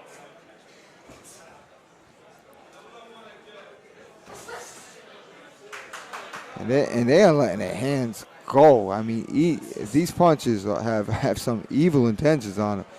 They're not playing boxing, that's for Yeah. sure. Oh yeah, they're not playing, and they're really both sharp because they are Big right, Yeah, big right by Cardenas. right. Finally, so if one of these big punches finally landed, but they are throwing some hard shots. Yeah, with some bad intentions, man. And I think it affected the breed a little because those 2 jabs that he threw just before weren't hard. And look nice. at Elvis Cardenas. Cardenas just whipping. Yeah, whipping the punches on the breed, and the breed in the off the ropes. Now coming off the ropes, moving forward, and now chasing Cardenas is Nabreed. Right, you want some of that back. Oh, nice combination there by Cardenas, answering from that left hand of Nabreed.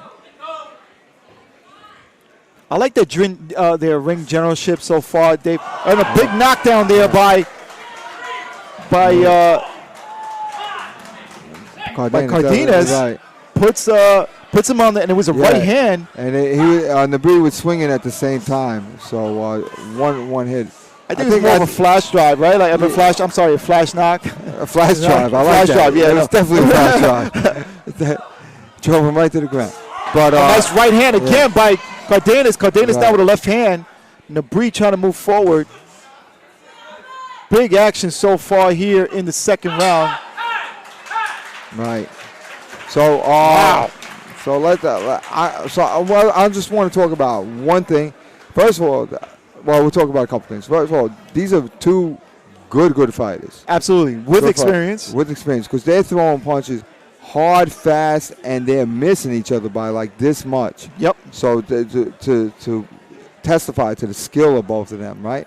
One thing I'm seeing though is, and this is Coach's Corner for Nabreed, if you're coming forward and you end up on this guy's back, that means he has you tied. That means that you're committing too far forward for a punch, because now he's ducking and putting you on his back as you're throwing the right hand. So that shows that you're either committing too much, or you're coming forward too much, you're rushing, you're showing it. These are things that you should, as a boxer, try to correct and take a look at the tape and see, all right, what did I do wrong? How did he read me? Yeah, you can go back and review this here on SpokenTalkBoxing.com. Now the ring doctor came up to the ring and wants to see Nabreed, yeah, because Nabreed and check him out. But the ring doctor says he's good. He's good to box, to continue. And here we are in the third round. All right, Nabreed with that right hand. With that left hand, left jab. Right. See, and now he's falling a little bit short. So right away, you can see how Elvis is sharp, because he's just pulling a little bit out of range. Now Nabreed's got to find out that's not what you do. You see how he jumped in? Yeah. Nabreed jumped in. I think it's because he's trying to get it back, right? He's trying to get back that knockdown. Right. And his jab is a little bit out of the way.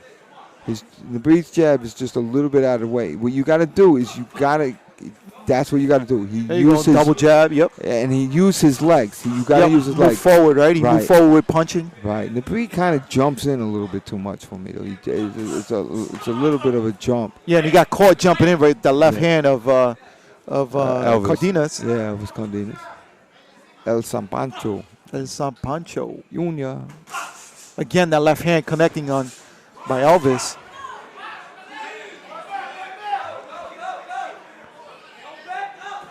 On a big right hand again by Cardenas. Nabreed in the corner. He's got to get out of that corner. He's okay in there, but he's got to decide in which way to punch. He jumps a little bit too much. Well, Cardenas is loading up every time he's in the corner, so that's why I'm saying he's got to get out of there.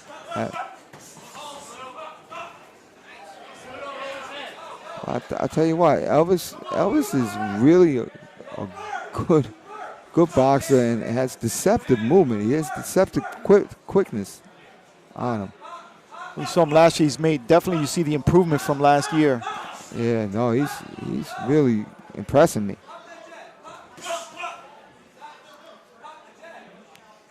He's got a little touch of that Mexican style.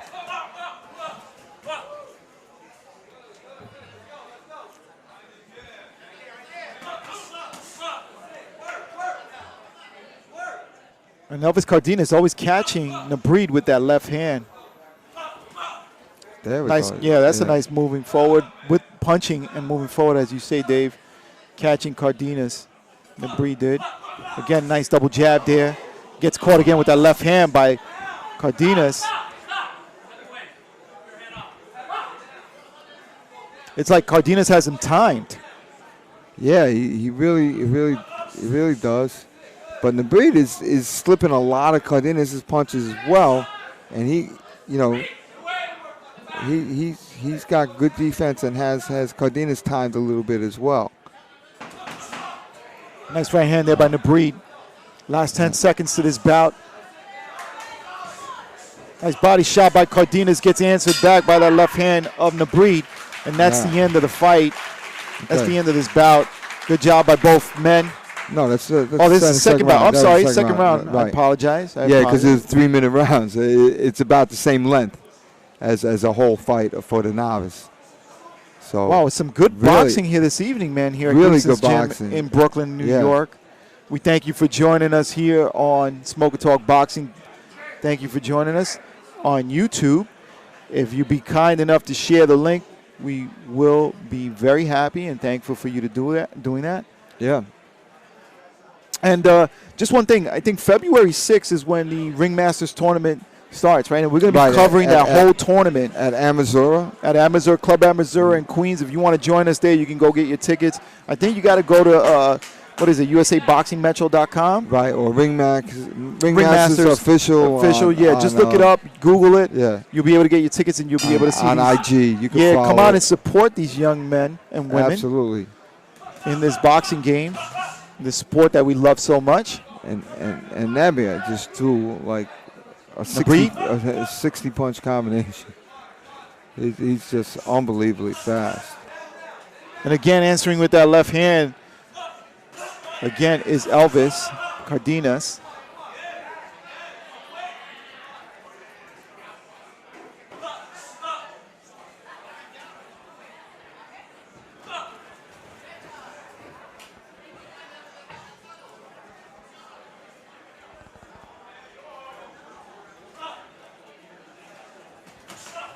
Again, with the left hand, is Cardenas catching the breed now, moving forward against the ropes, but a little off balance. But now, again, nice right hand there by Nabreed. Eric Nabreed. Again, this is 141 open class. And you see what I'm saying before, like about how that kid Abdul wasn't smothering his punches. Like the way Nabreed jumps in sometimes. Nice left hand there by Nabreed. Yeah, sometimes he smothers his punches. Wow.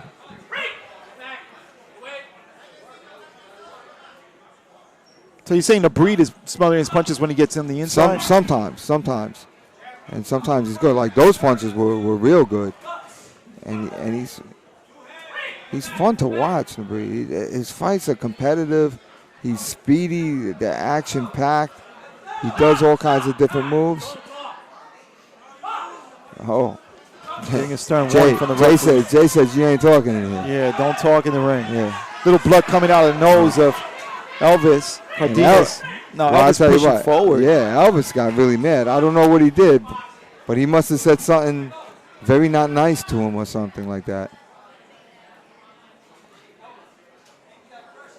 And wiping the nose, the referee, Jay. yeah, Jay, wiping the nose of Cardenas. Nice Wow. left hand there Good. by Nabreed. Right, and that time he got into the right place. Very interesting. Nice body shot by Eric Cardenas. Oh, Elvis Cardenas, and a right hand by it, a little bit to the side of the head, but it looked like and it was slapping. It it's was more of a like, slapping punch. Yeah, it looked like more of a cuff than a punch, but.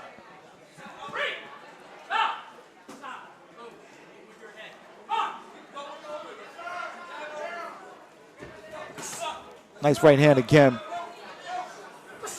And now into the corner. Nabreed into the corner, and the referee stepping in and breaking these guys apart. Absolutely. And these two guys are really going. Yeah. Absolutely. So, I'm sorry, Joe. I'm just watching, and it's just. You're being entertained. It's a good fight, You know, yeah. there's not much to say. These guys are throwing punches, and there's not much analysis to be made. All right, so just for the clarity of people out there, So George is pretty much our play-to-play guy. I'm more of the analysis guy. There's nothing to analyze over there. That's good fighting. Yeah. You know, sometimes you got to let the fighting talk for itself. These guys were throwing hard punches. Very entertaining fight. They were trying to practice the illegal art of decapitation. They were trying to decapitate each other, and they were letting their hands go. I mean, it was very, very entertaining to watch these two go. You know.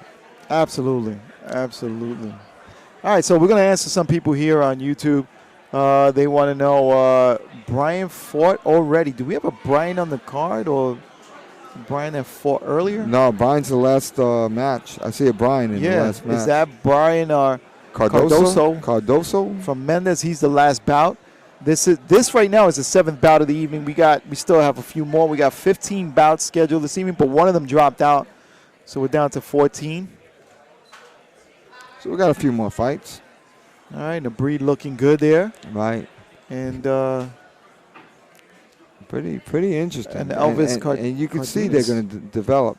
Absolutely. I'll tell you one thing. Watching Cardenas this year, you can see the improvements that he made from last year. Big shout out to Miguel Costa. You're welcome.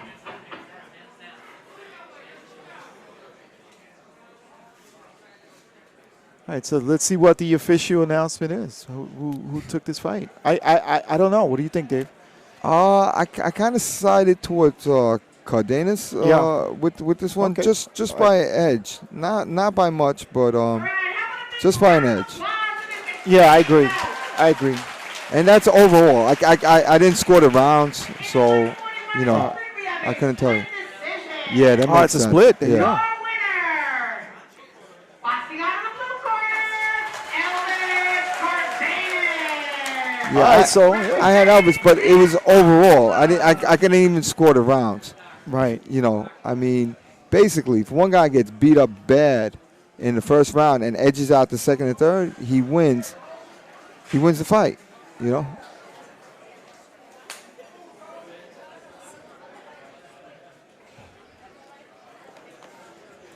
But these guys look great. Absolutely.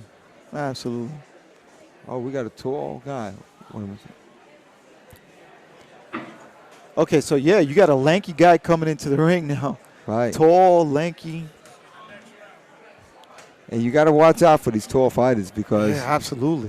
when they know how to use that height, Oh yeah. right, they get some leverage on their punches. All right, I mean, boxing fans, we are moving on to bout number 8 in the 141 novice.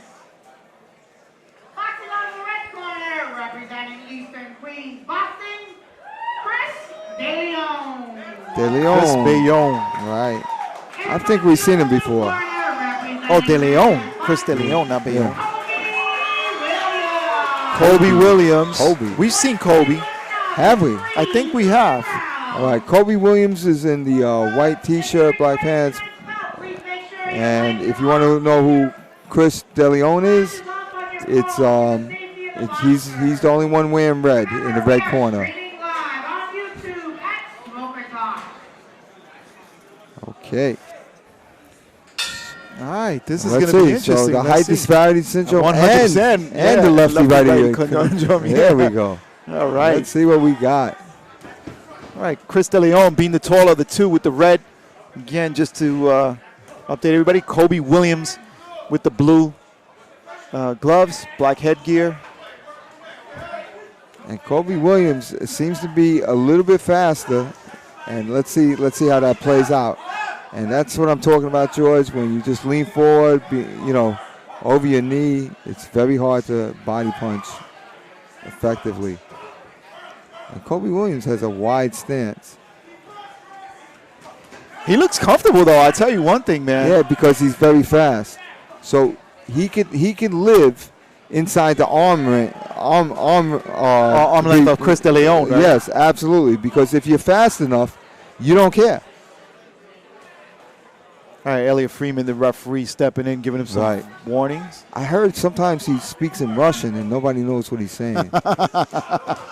Oh, nice hand, left hand by Kobe Williams as De Leon's coming in. He's got a lot of speed. You're right, Dave. Yeah. Lots of speed. That's Lots of why hand speed. he could stay. He could, yeah, if you have that fast speed and reflexes, you can live within your opponent's arm reach because you're quick enough.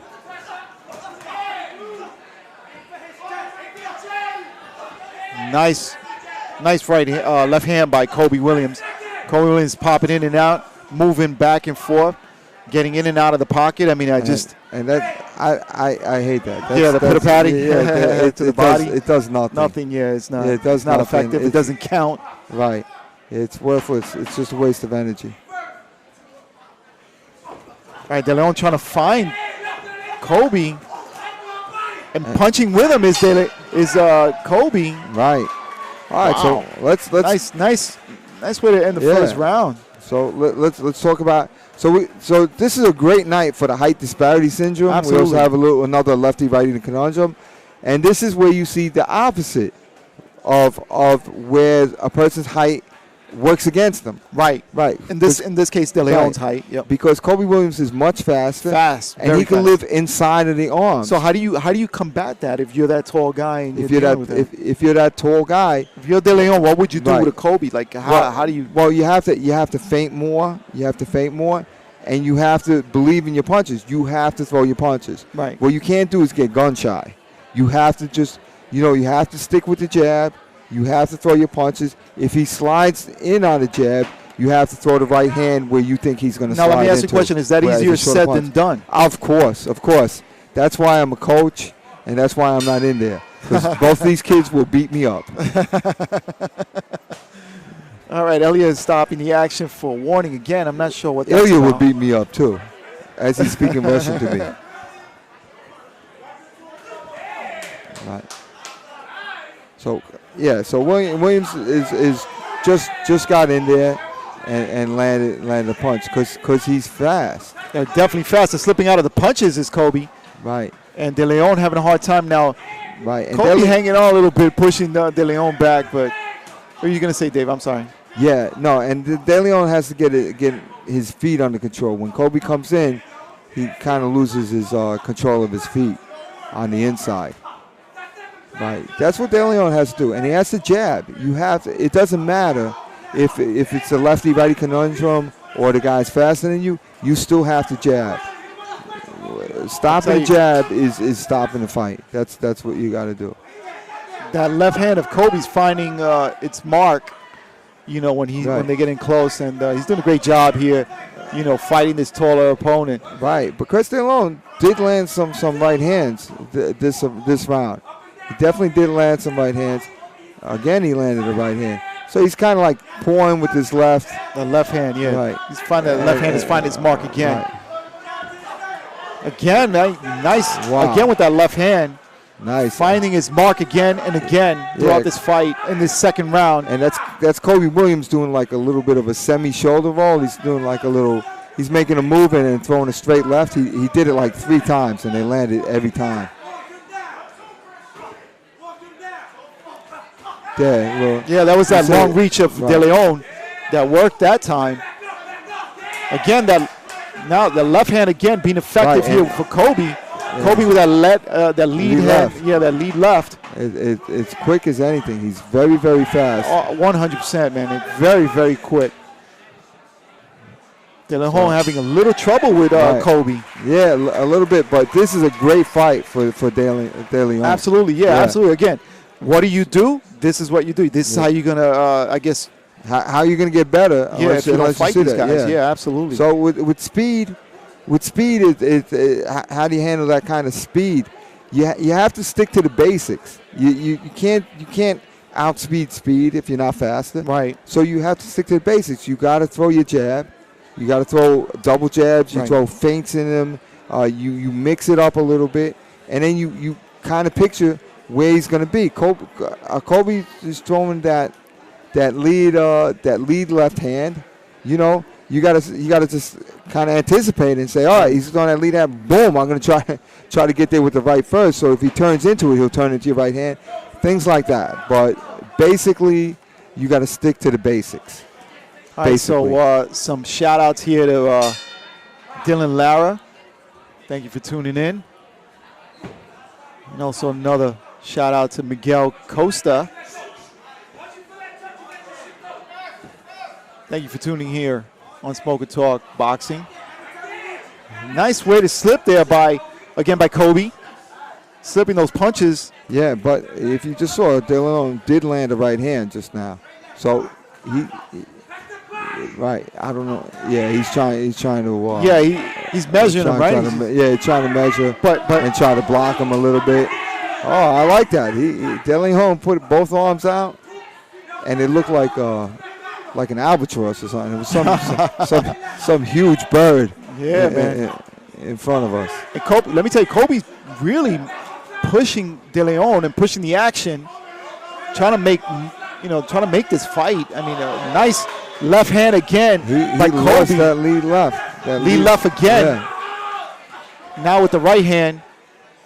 And De Leon is wrestling too much. He's looking to meet Kobe on the inside, where he should stay on that lead left outside. By Kobe gets countered by De Leon with that right hand.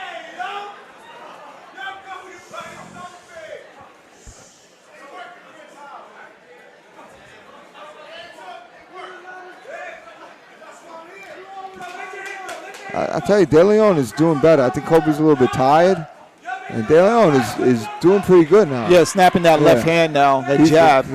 That's what you got to do. I think you just got to keep a busier jab to stop somebody like Kobe, right? Absolutely. Got to use that jab. Kobe's just winging him. And we've said it here before, time and time again, everything good happens when you use your jab. You work off the jab. And I think that might have been the answer. But let me tell you, that was a great fight. Yeah, good look for Kobe. Very good look for Kobe this evening for Kobe Williams from Mendez Boxing Gym. And we're getting a bunch of different styles today too, George. Yeah, absolutely. How lucky are we? Oh my God, today's a great fight? show. Watching these young amateurs develop here on our show on Smoker Talk Boxing. Very happy to be here tonight, and we're happy to bring this live feed for you also. If you're watching out there, subscribe to our channels. Give us a subscribe. Hit that bell button too, so when we go live, you guys can see us. Once we go live, especially for the Ringmasters tournament coming up on February 6th, the start of it. And let's make this clear. The Ringmasters last year champion at 132 was Bruce Carrington, right? Or I think it was at 141. No, yeah, he was higher actually. Right. He dropped weight. He dropped all the way to the 120s. Right. And he's going to the Olympics. Right. You don't think that you're not seeing tomorrow's champions today, because you are. 100%. 100%. All right, so we'll go up to the ring for the official announcement as Ilya holds both fighters, and we'll see where they came up. I know, I think I have, again, I think it's going to be unanimous. Yeah, I think Williams. I think Kobe Williams won that. But it's a boxing match. It's a learning experience,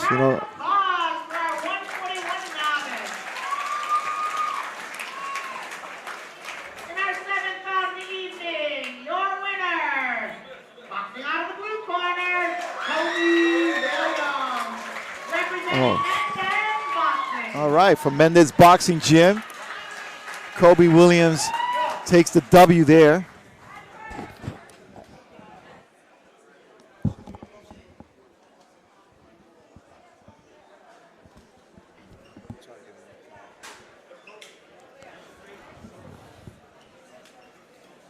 All right, so that was what, the 8th bout of the evening? Yeah, I think that was the 8, and I would say 9's coming up. Wow, I like this name, Kidane. Kidane Bennett coming up versus Neil Schwartz.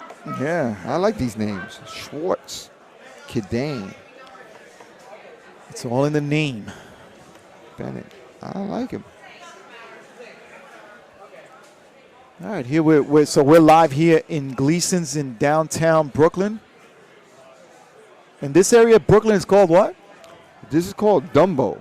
Dumbo. Dumbo. Dumbo. And what does that stand for? Because, are you insulting me? Yeah, I'm calling you Dumbo because your ears are big. Okay. Yeah. Oh, no, that's just sorry. the headset. All right, sorry. All right. Dumbo is an elephant with big ears that can fly. Yeah, there you go. But we are here in Brooklyn at Gleason's Gym, world-famous, world-renowned Gleason's Gym. Right. So we hope you're enjoying the show tonight. In the Dumbo area of Brooklyn. Yeah, you got to come down here. Right. This area has really changed in the it's last beautiful. 20 years, right? It's Beautiful. just a really cool, Yeah. like hipster area. John Quiones. Oh, wait. They changed the names? Representing Gleason's Gym, Different names. Neo Schwartz. Oh, John Quinones, they said, and Neo Schwartz. All right, so they changed the fighter, actually. Right. So Quinones, John Quinones? yeah, that's what it said, Quinones, Definitely Quinones. in the red corner. And you have Neil Schwartz in the blue corner.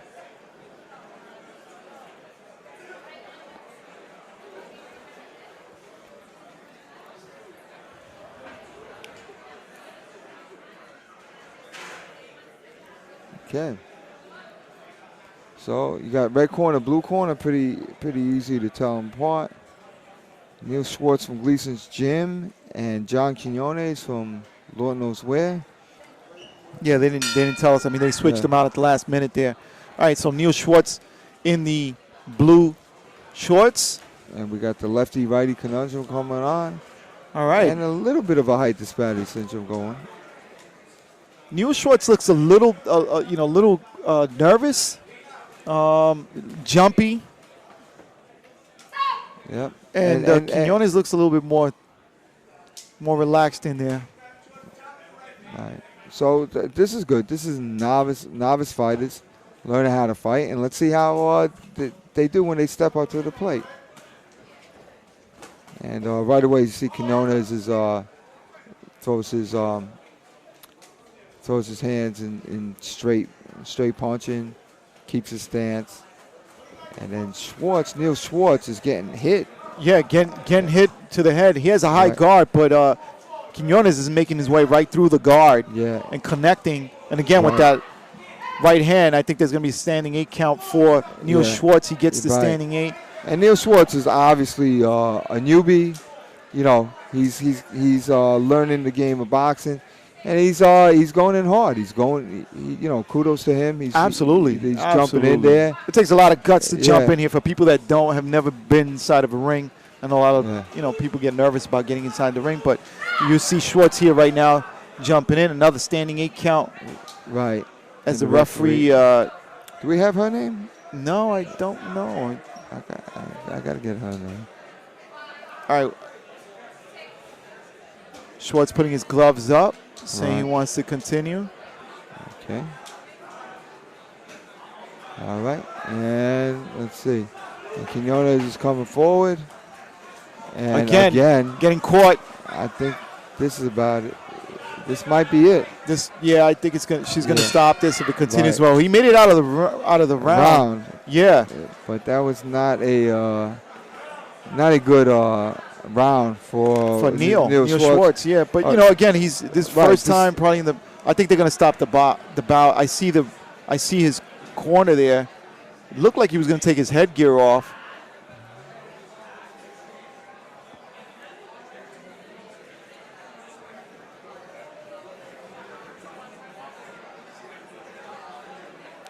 I think they're gonna stop the bout. Yeah, They're gonna stop right. it. He's outmatched. I understand. And let me tell you, kudos to Neil for coming in here and putting on the headgear. He's a little disappointed, but you know what? I'd rather see him, stop the bout, get some more gym time.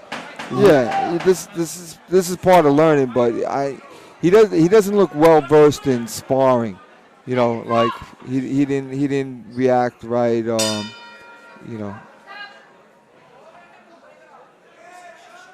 Okay. All right, good stoppage. I mean, Yeah, I good think it's a stop, right yeah. call for the coach to make that call Yeah, on Neil absolutely. Schwartz's part. Yeah. Sometimes boxers got to be told, man, by their corners, listen, man, we don't want you to get hurt. We don't want you to see, we got to stop you. And you may Right. not like it as a boxer, but Right. you know what? Sometimes it's for your own good. Yeah, because it's maybe it's not quite fair to you. It's fair to let you try, but it's not fair to let you get beat up for no reason. This is still the amateurs, and you're trying something out. So Yeah. So the coach, your cornerman has to take care of you. Absolutely. We don't want to see you get hurt either. Good stoppage. Right, you're not getting paid for it. Yeah, good stoppage. We take our hats off to you, Neil. I think that you coming in here shows a lot of heart, and I'd rather you go back, get some training in, and you come back another day, bud. Yeah, that's it. Just do it. You Oh, know. look, we got a female bout coming up, George. All right, we good. got a female bout. Can't wait for coming that up. one. All right, so Miguel Costas, thanks a lot for down under the Manhattan Bridge overpass. Yes, that's what it stands for. Right. I was getting Dave to say it, but he didn't want to say it. I don't know why. Yeah, Thank you. I think my explanation is more fitting of this neighborhood. All right, so they brought him back in to give him the trophy. And again, these are developmental guys. Right. So it's all good, man. It's all love, and thank God. Again, we don't want to see anybody get hurt. They're gonna bring Schwartz over to the doctor and Quinones to get checked out. Oh. So we're pushing Ringmasters. We're pushing Ringmasters. Right, February 6th. Right. Want to So tune in? Follow the stream of You know what? Ringmasters. Yeah, hit that subscribe button and hit the bell icon. Tell your friends too, and we're gonna be reaching out to you. We got a surprise. I think I got it rigged. I think I got. You want to tell them? Special. You want to tell them? I think that I've You want to let the cat out of the bag? a telestrator. Okay. A homemade, completely Dave rigged. It's rigged. It's a rigged telestrator. But I think so some of the stuff that I'm talking about, I'll be able to show. We'll be Yeah, able to show you with the marking up the screen and stuff like that. I'm hoping. Let's see if we could do it. I think I found a way to do it. I hope you like what we're saying, and definitely for the competitors, I like giving the coach's corner for just to give them a fresh point of view. Sometimes, and coaches hate this. Coaches like, if I'm coaching you, if I'm coaching you, do not coach my guy. They feel strongly about it. Right. But when you get a little bit better, actually a lot better, they go from gym to gym to gym, Right. coach to coach to coach, and the coaches say, "Oh, the fighters are whores." They leave you. They'll go to anything. It's just learning different styles, Yeah, it's just man. learning different things. It's just like getting a car, right? And you want to soup it up. You want to take out the regular engine and put a Hemi engine, and you Yeah. want you're gonna do things to make that car work, more effectively and get the power, whatever it is that you want from it. It's the same thing with a boxer. So Or like a whore, you might be going to different. possibly. No, stop it. What's the matter with you, man? No, I know. But listen, what I'm trying to do is just saying things that I see, and I'm just giving it to you. Right. I don't want to be your coach or anything like that. Right. I'm saying what I see, and if you could see it and it improves you, then hey, that's great. And if it doesn't, and also for the fans too. For the fans, if it doesn't, too bad. But for the fans, so they could see what I'm seeing, what makes boxing great. What are the subtleties, and then when they watch a pro boxing match, they could know what they're doing. They can know why some things work for one fighter and not the other. Well, I got to tell you, I picked up a lot of tips here from listening to you and commentating with you right next to me, and I appreciate that. And I know a lot of the fans, they're actually understanding what they're watching when you start commentating, you start doing your analysis of what's going on. Yeah, sometimes you just have no idea of what's happening. And sometimes the fighters have no idea what's happening because they keep making that same mistake over and over again. And we've seen fighter after fighter come back to Dave and said, we really appreciate you guys doing the stream and what you said, and they've worked on that. A lot of the times, believe it or not, it's just fundamentals. The jab, absolutely. that dormant jab that we Right. see a lot, even with the pros. The footwork, the Footwork. stance. There's subtle things that we want you, the fan, to look for to get sharper in. Some things as simple as the way a person stands. Right. Will dictate the fight. It'll show you exactly who you are. And let me tell you right off the bat, stance is like the most important thing to me when I see you coming in. And also, well, let's start with stance. So when I watch a fighter come in, I look for how fluid they are. You know, they come in like they come plodding into the ring. I'm like, well, can this guy move or not? Or this girl, you know? And then also, then that's before they come into the ring. And then when they come in the ring and they take a stance, very important. Simple things about stance. If you are on your front foot, if you're leaning forward, right, that means two things. One, you think you could punch, and you're aggressive. And two, you're probably going to get hit. All right? When you have a guy on the back foot, leaning back, keeping his weight on his back foot, I'm thinking you're a counterpuncher, right? So when you're on your back foot, being on your front foot and being on your back foot is automatically 6 inches to a full foot, right? I mean, like, if you're on your front foot and somebody throws a punch on you, and you're on your back foot and somebody throws a punch on you, you got an extra foot to react. If you're 3 feet away, I've added, and I go back, I've added a third amount of time to react. Right. So and to see and to recognize. So that's what a counterpuncher is. The counterpuncher is on his back foot, right? And then if you're on your front foot, you have a third more chance to hit that person because you're putting yourself close and you're coming in. Now the problem is a lot of people come on their front foot and they can't hit hard. Right. They can't hit hard enough to intimidate the other person. If you cannot intimidate the other person and you're on your front foot, it's going to be a long night because you're going to get hit. Right. You're going to get hit. Right, and we saw that a lot in many of the fights that we've seen here. And I'm glad you bring that up because a lot of the fighters, again, they come back and they've actually improved based on what you've told them. And you worked with some of these fighters as well, right? Some of them I get to work with, and a lot of times, again, I'm not trying to coach anybody. No, not at all. I'm not trying to coach anybody. But I'll tweak you, right, and I will talk to you on the side and just tell you what I saw. Right. And you can review it. Yeah. You can review the, you go back to the Absolutely. video, review it, and you can see exactly what Dave's talking about. Yeah. And there's some fundamental flaws, and this is what I do. Now, me telling you on one night after the fight, that's not really going to change you. Hopefully, it just opens up your eyes. Right. You have to practice, and then you have to practice in the right way because a lot of people practice in the wrong way. I'm going to give you a strong example of that. All right. So I'm going to a strong example in two fighters. All right. So let's talk about emulating. So copying. You're trying to copy a fighter. You see somebody have tremendous success doing something. Right. So everybody's with the Tyson side to side. Right. Right. You know why that worked for Mike Tyson? Well, because he's Mike Tyson. That's what I was going to say. That's everybody has something different, like Mayweather. Yeah, that right. shoulder roll. That was my other point.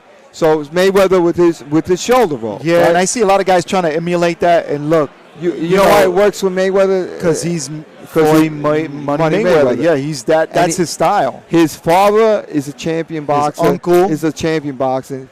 You grow up boxing in that family, and they made that style. They made that style, but there's a little bit of a Philly shell in there, but basically they're the shoulder roll, one hand down type of fighters. That his father and his uncle pretty much had done that. They grew Mayweather up in that. And Tyson was that peekaboo style. That was Customato. Right. That was totally Customato. And Tyson is Tyson. Tyson's right. He's a decapitate beast. you with one hand. So when he goes here, a guy's like, oh my God, he might be loading up with the left. He goes here, oh my God, he might be rolling up with the right, and I don't want to get hit by that. And his legs are powerful. If you're Dave going like that, I'm not scaring you.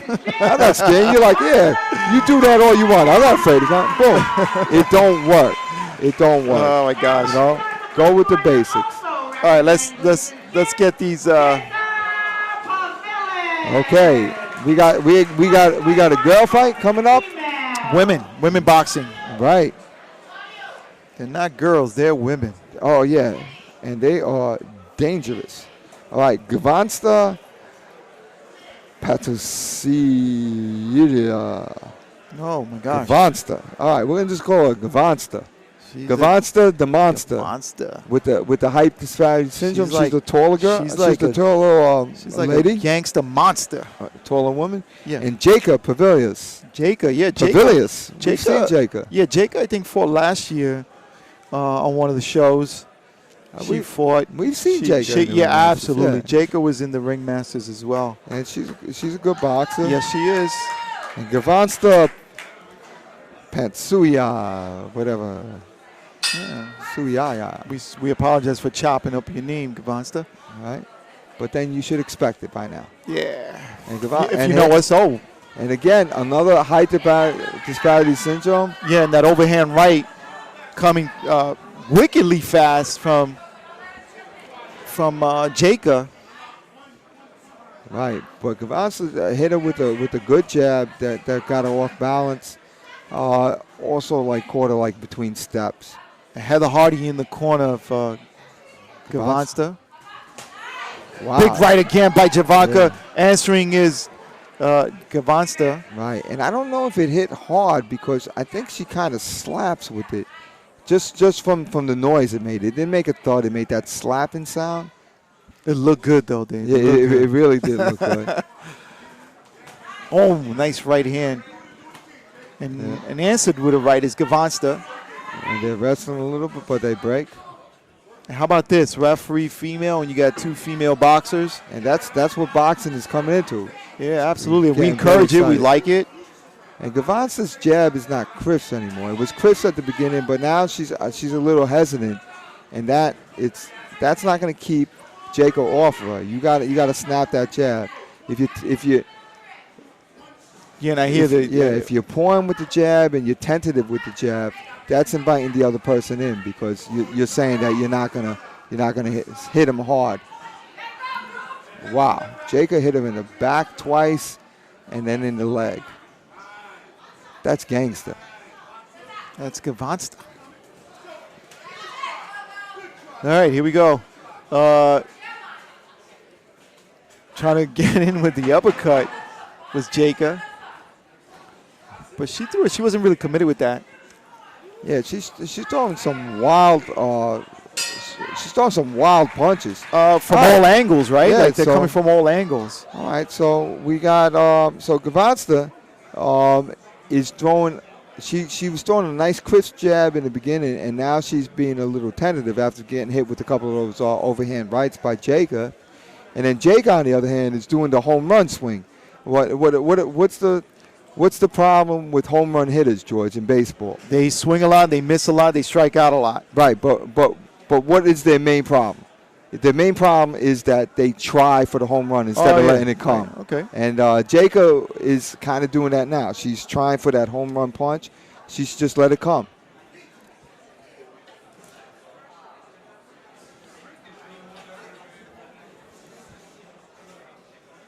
All right, so big shout out to Overhand Right tuning in also. Here in Smoker Talk Boxing. Thank you for tuning Overhand right? in. Yeah, Overhand It's Right. It's gotta got to be- be Dave the Great. That's got to be overhand right. It's got to be the one who trained Jacob because that's all she's throwing. Overhand rights. Yeah, she threw one there. Right. And let's see what Gavansta could do. Gavanka's got to use that jab, man. That's what I'm seeing. She's not really throwing it now. She's going to do it. She fainted. Gavansta monster. Yeah, Gavansta. She's moving her legs again. Good right uppercut, left hook by Gavansta. Nice right hand by Jacob. Again, that overhand right connecting. And Jacob doesn't look like she's here to get any singles. It's home run or nothing. There's no jab. No jabs. And of course, if I said it, right. she does As it. soon as we say it, as soon as we bring it up, there's two jabs from her. Yeah. All of a sudden, everything changes. Gavonsta on the outside, looking for that punch as well. Right. Not using her jab. Now she sticks it out. Big again. That slapping right hand by Jacob. Right, and you hear the slap, right? Yeah. It's not a thudding punch because a thudding punch would knock Gavonsta, me, you, and the ref to the floor with the way she's throwing it. It was a good one, too, by Gavonsta. Yeah, and answered by Jacob. Jacob sitting back. Right. Now, Gavonsta, look at that. She's so afraid of right hand, she actually turned to lefty for a second. Again, pulling with that jab. Right. It's Gavonsta. Yeah. Nice body shot by Gavonsta. Yeah. And Gavonsta's putting together some punches towards the end of the round. Yeah, absolutely. And she might have pulled that round out. All right, coach's corner for Gavonsta. All right, so Gavonsta is getting hit with this overhand right. It's hitting her right here. So she's throwing a jab, and she's wondering. Well, the thing is that where you understand that you're going like this and you're getting hit over here. So you have to change it up a little bit. You have to be responsible. Couple easy ways to get out of that is to fake the jab. To fake the jab, Right. to lure that right hand out, right? And then you fake it a couple times, and then you throw your left hand. So it's not predictable. That's one way. Another way is, it's hard to do it during a fight. Hard to make that adjustment, but it's to put your head somewhere else, Right. and put your feet somewhere else. So when you jab, keep going that way and let your feet go that way, and that's an out. That's for Gavonsta, coach's corner. All right, thank you very much for that, Dave. Here we go again. Gavonsta on the outside. And look at Jacob. Jacob looks like she's coming out throwing bombs. Well, yeah, that right hand again by Jacob. And I saw her throw her left hand the beginning of the round.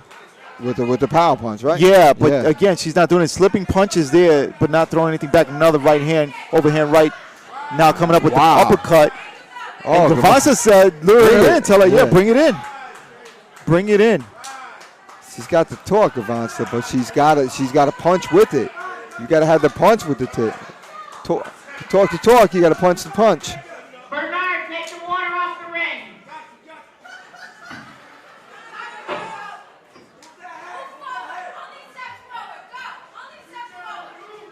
All right, not much action going here.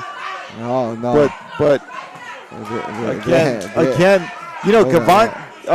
Jacob has that punch, and she throws the overhand right, then follows up with an uppercut. And she hits with it too. It's not like she misses. Like she's throwing a big giant overhand right and still hitting with it. That's saying something. Nice lead right by Gavonsta just there a moment ago.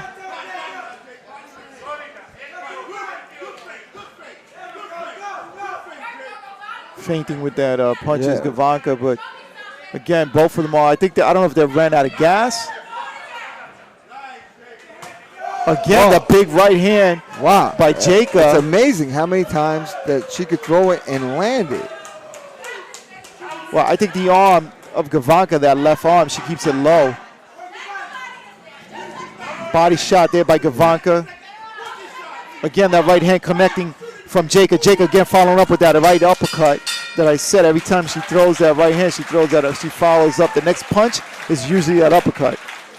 And I like that because you want them, even if you don't hit with their uppercut, at least you have them thinking about it, and they have to know. You want them to be afraid to duck. So let's get that as a tip. Yeah, let's get that as a tip because that's a great point that you brought out, George. So every time you saw Gavonsta come with the overhand right, it seemed almost automatically her next punch. She's throwing an uppercut, right, and she's not really hitting with that uppercut. But guess what it's making the opponent do? Right. Afraid to duck. Yep. So if you're afraid to duck, hey, boom, all night long with this. Right. And then throw that to show it. You Right. throw it to show. Sometimes you don't throw it to hit. Sometimes you throw to show. There you go. There you go. Another tip from the coach's corner here at Smoking Bam, bam. Boxing. Well, that was you pointing it out that you pointed out that it was happening. So we had to expound on that. All right, well, great job expounding on it. Dave, We're going to go up to the ring for the official announcement. Boxers, please pick up your books from Miss Nancy in between rounds. Coaches and boxers. And we'll wait for Sonia Lamanakis to give us the Lamanakis. heavyweight champ. You say that. Sonia. You say that 40 times fast, and there's people that are shot dead from the machine gun. Lamanakis. Ladies, a big round of applause. In the 121 Open, we have a split decision. Oh, wow. Your Interesting. winner, boxing out of the red corner, Johanna Wow. I'm surprised. I quite don't understand that. You know what? I mean, it could have went either way, but I mean, we don't know. We're seeing one angle. We don't know, but I thought Jacob won that bout. I thought so too. It really doesn't matter because it's not doesn't- whatever in the tournament, and it's just a good. And it doesn't matter what we say either. Yeah, It doesn't matter. Does it matter what we say? Nah. No, it doesn't. We thought Jacob won that. Yeah, that's our opinion. I think just by punches landed, Right. like sheer punches landed. Forget whether it's power punches or jabs. But then something interesting too, you know, in the amateur boxing, the way they score, right? We've seen that in the past. Right.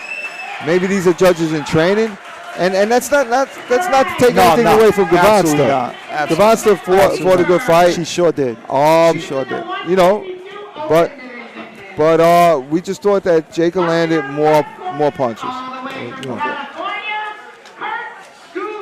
Oh, this guy actually flew. I heard about this. This guy flew in from California, and this is a treat. Oh, man.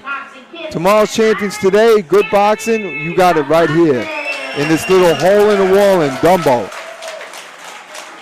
So in the corner right now, we have Anthony DeMonte. He's from Cops and Kids. Right in the blue corner. And Kurt Scooby, if that's his real name, Kurt Scooby flew in from California. How great is this to get a good match? Oh, wow. I don't know if they both went into the Nationals. I know that Anthony DeMonte went into the Nationals, you know, but I don't know how good he did, but he definitely went into the Nationals. I'm just excited at I'll tell you one thing that we see that Scooby's got some fans out there. Daniel Rosales wanted to know if he fought yet, and he's Gilbert fighting now. Esperanza.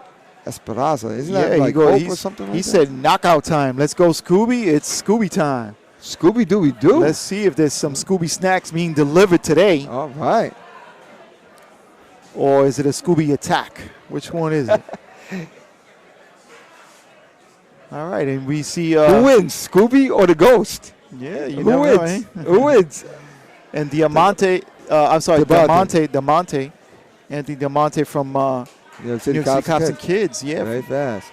Wow, this is great. This is a treat, folks. This is a treat. And let me tell you something. Do not blink. Do not blink. This is going to be a good one. Right. Oh, the stare down is worth the price of admission right here. This They is are like a standing this East is Coast, like a West Coast. professional bout right now. East Coast, West Coast, right here. Oh yeah.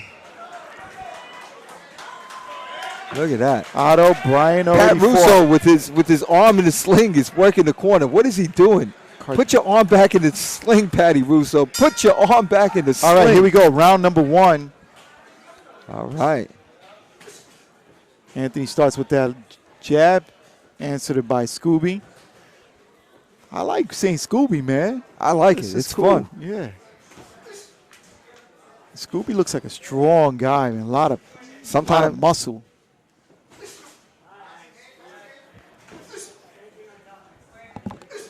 So far, it looks like a chess match. Look at that.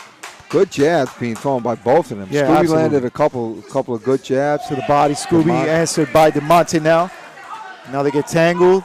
Scooby hitting the back Yep. again. Look at Cassie. Cassie's brought up a referee game. She's she's not like coaching. Yeah. She's actually refereeing. Yeah. Good movement by DeMonte. Scooby did land a couple of punches there. These guys are two high quality. Nice left hand by Diamante, answered with that Look at that Scooby left dude. hand by Scooby, delivering that Scooby snack. That's the Scooby shuffle. When Scooby is doing his defense like that, I heard you call it Scooby don't. All right, Like the you cameraman- don't, the like you cam- didn't hit me. The photographer has got he's got to be careful. There's camera. This guy's fast. Nice Oh, right hand there by Diamante. Right. After Scooby shook his head, no, you didn't hit me. Diamante came back and did hit Scooby. Wow. A nice combo there again by Diamante. Right, and he was gone before Scooby could come Good out. answer, yeah. So the Yes. speed of Diamante right now seems to be the thing here that, and as I say that now, Scooby comes back with a nice combination, catching Diamante. Diamante quick with that jab, that left jab. And I tell you what, George, Scooby is too muscular for me. I don't like seeing You think he's boxers. stiff? Nice uppercut by Diamante. Scooby did answer with the right hand, but I just don't like seeing boxers that muscular. To me, it stops the flow of the punches coming out and slows you down because muscles are meant to contract. Absolutely. Wow, but look at those hooks. I'll tell you what, if you're throwing hooks like that, you would have to be that. Left hand by Scooby gets answered by a left of Diamante of his own. Okay, and I'm seeing it. I'm telling you right now, Scooby seems to be too muscular to throw good straight punches. He's more of a hook guy because of his muscularity.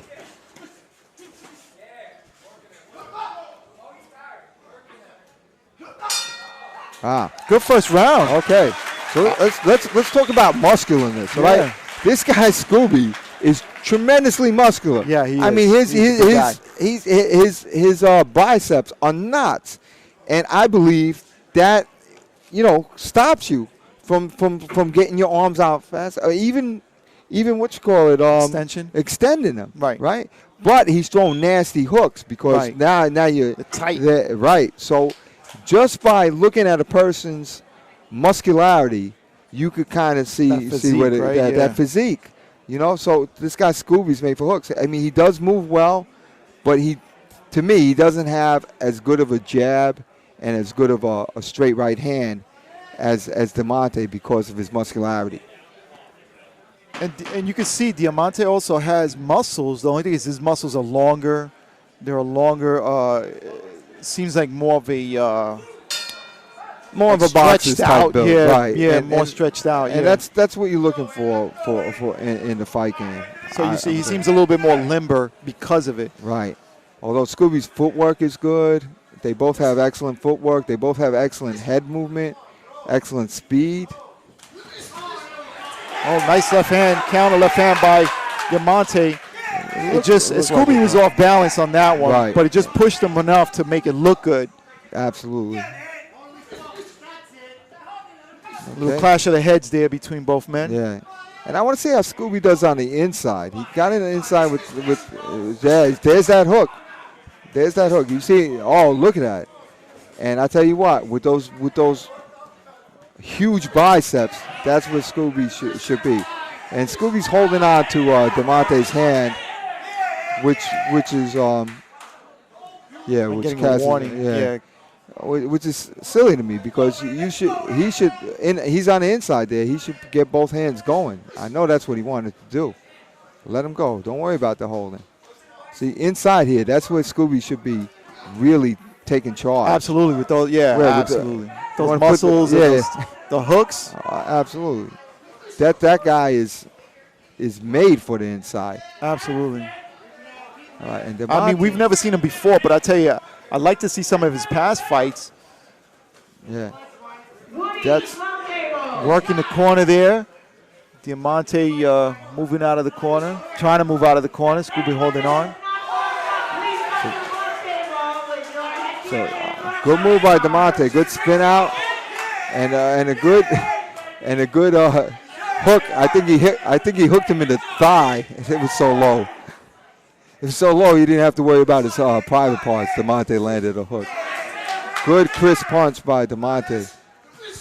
Wow, good right uppercut and answered with the right hand by. Scooby, yeah. Yeah.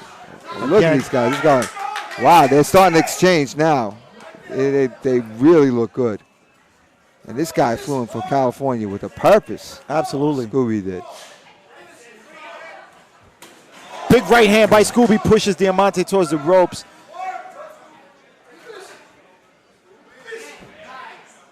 Nice right hand by Diamante. Body shot by Diamante, then follows up with that left hook. Yeah, nice double left hook. Nice double left hook. And Diamante's speed is starting to show. He's very, very, very fast. And you know what? Scooby is not coming in with the jab. You know, I don't know if he's a counter puncher. He's just measuring. He looked like he was measuring Diamante there. Right. He just puts out the left. I think Scooby's a counter puncher Nice too by left. tradition. He does a nice move, a nice dip, and comes up with the hook. Look at those hooks that he's coming up. And yet the straight punches he has trouble with.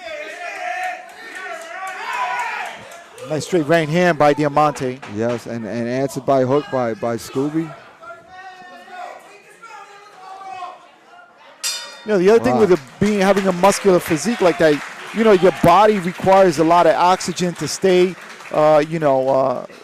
just stay moving. stay moving. Right. Just stay, active. And if your body's sucking in air to put some oxygen to the muscles, you're gonna slow down. I mean, he's look at his muscles. Oh yeah, George. no, Look, the guy, crazy. yeah, definitely. Big guy. I think he lifts weights, and I think he should probably stop lifting weights if you're gonna box. And there's Diamante in the blue corner. Or Diamante, as it's properly pronounced. Diamante. Diamante was his car. Yes. I remember that car. Yes, I had a friend remember ride a Diamante. Yeah. Anthony Diamante. Diamante. And I Diamante. apologize. Anthony, forgive me, man. I'm so Hey, sorry. listen, bud. we got so many names here. Listen, nobody told you to put all those syllables and all those letters in these words. All right, here we go. Exciting bout here this evening from Gleason's Gym in Dumbo, Brooklyn. Diamante moving forward in the blue. Wow, Diamante's getting a little aggressive and coming forward. He gives you different looks almost like every round. And he changes his stance, gives you angles. Really fun to watch, Diamante is.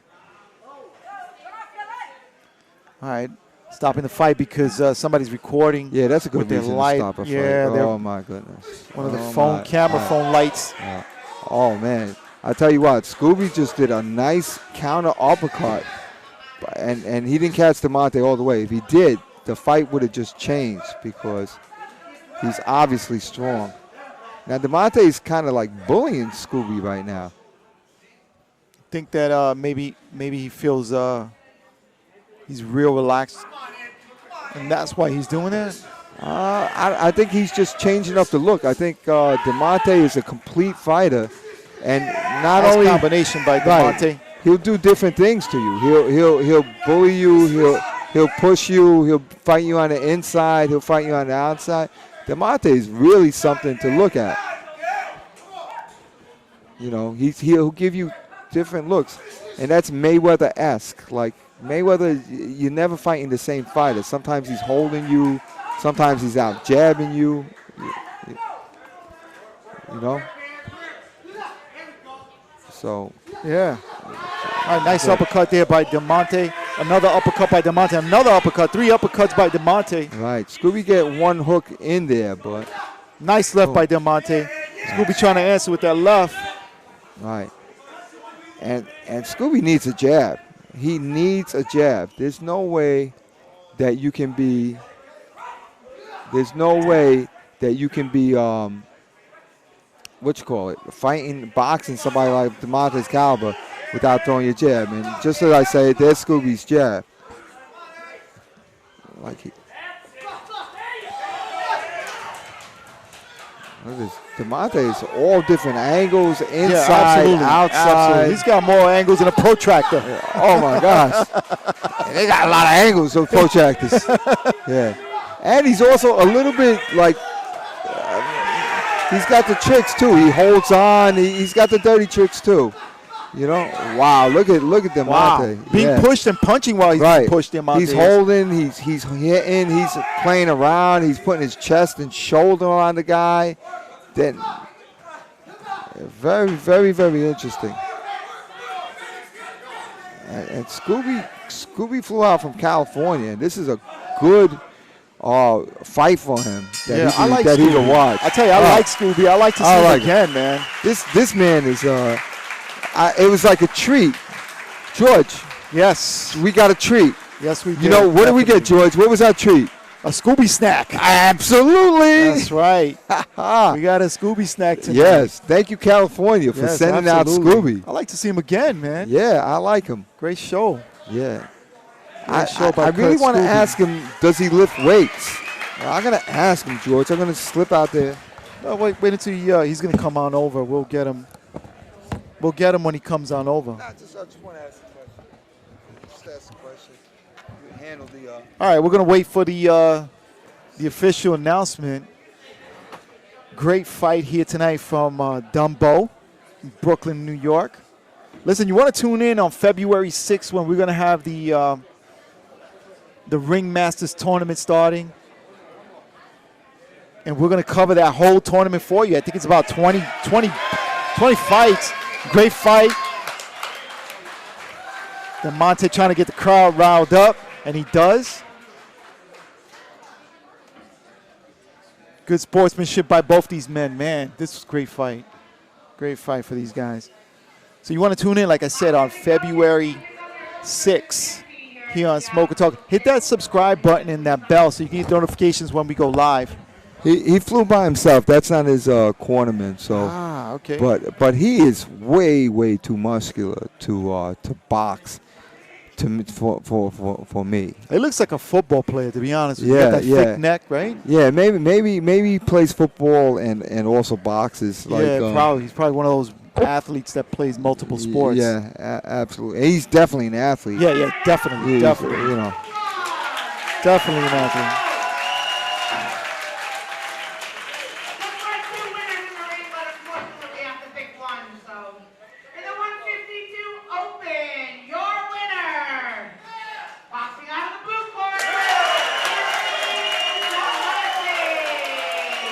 All right, so Anthony Diamante takes it. Right. Diamante, he takes the fight, takes the W. Yeah. But let me tell you, Kurt Scooby, thank you, buddy, for coming in. Yeah, thanks, over. Yeah, great fight. I'd love to see you again, man. Yeah. Yes, Scooby-Doo. Actually, he definitely did. We love you. Yeah, Scooby definitely did tonight. Scooby did. He brought it. He brought it. Scooby did. Good fight tonight. All right, so where are we now? How many more bouts do we have for this evening? We got 3 left. Okay, 3. We got 3 left. One looks pretty interesting. It's a 178-pound that's open. Gonna be good. Yeah, we got a couple of good fights coming up. So let's watch the last 3 and see. I tell you that's man. When Scooby took off his headgear, my God, he was neck, an Adonis. Oh my God, muscular neck. He's just like kind of like I said, like a football player. That's what reminded me of that neck. Well, you know, Sean Porter was a football player in high school and then became a boxer. You know, he was a boxer and a football player, but then he became a professional boxer. Was what I mean. You know. Let me. Hey, Scooby. Scooby. All right. Are you? Yes. So see if we get him over here for a second. Yeah, we'll get him over here and just talk to him a little bit. So just to interview him and show him a little love, and a little East Coast love, right? Yeah. Show him a little East Coast love for Kurt Scooby.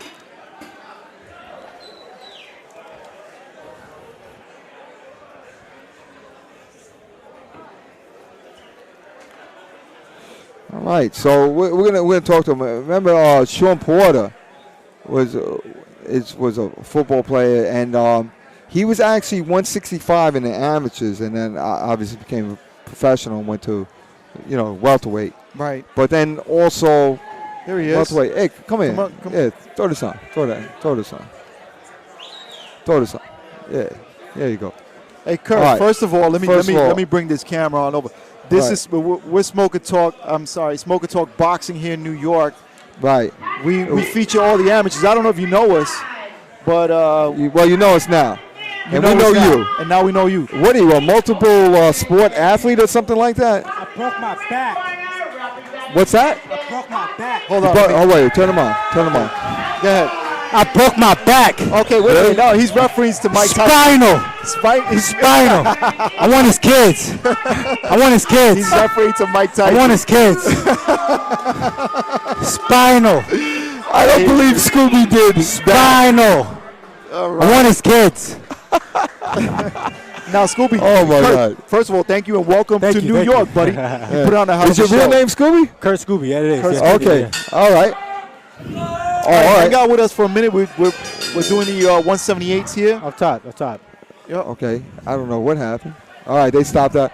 So, what are you, a football player and slash? You look like I'm You an look athlete. like a football Yeah, player. you are I'm an an athlete. Yeah. You play football? Yes, sir. I play. Oh, we at could Fresno tell. State. We Yeah, yeah. definitely could He tell. doesn't play it. He does it. I'm an Right? athlete. He Scooby does He's it. an athlete. All right. All right, so yeah, we're Smoker Talk Boxing. Yeah. We live stream all the fights here, the amateur fights on the East Coast. We've been to California, to LA Right, as right, well. We've right, done right. some stuff there, but you know, want to welcome you here to the show. And you did a great performance, man, and we were really impressed with what you did here tonight against Demonte. And welcome to the East Coast, man. Yeah, yeah. Yeah. It's Thanks cold- for bringing cold it. enough for you? You got any Cold? shout outs? Nah, You I got any told you, shout man. outs? Yeah, to my daughter Leo. You know, I do this for her, and it's all money in. That's how it's always been. You know, I train hard. I know I want it. You know, when you know you got it. So, you know, yeah, I showed a little bit of bad sportsmanship, but at the end of the day, I broke my back. Spinal.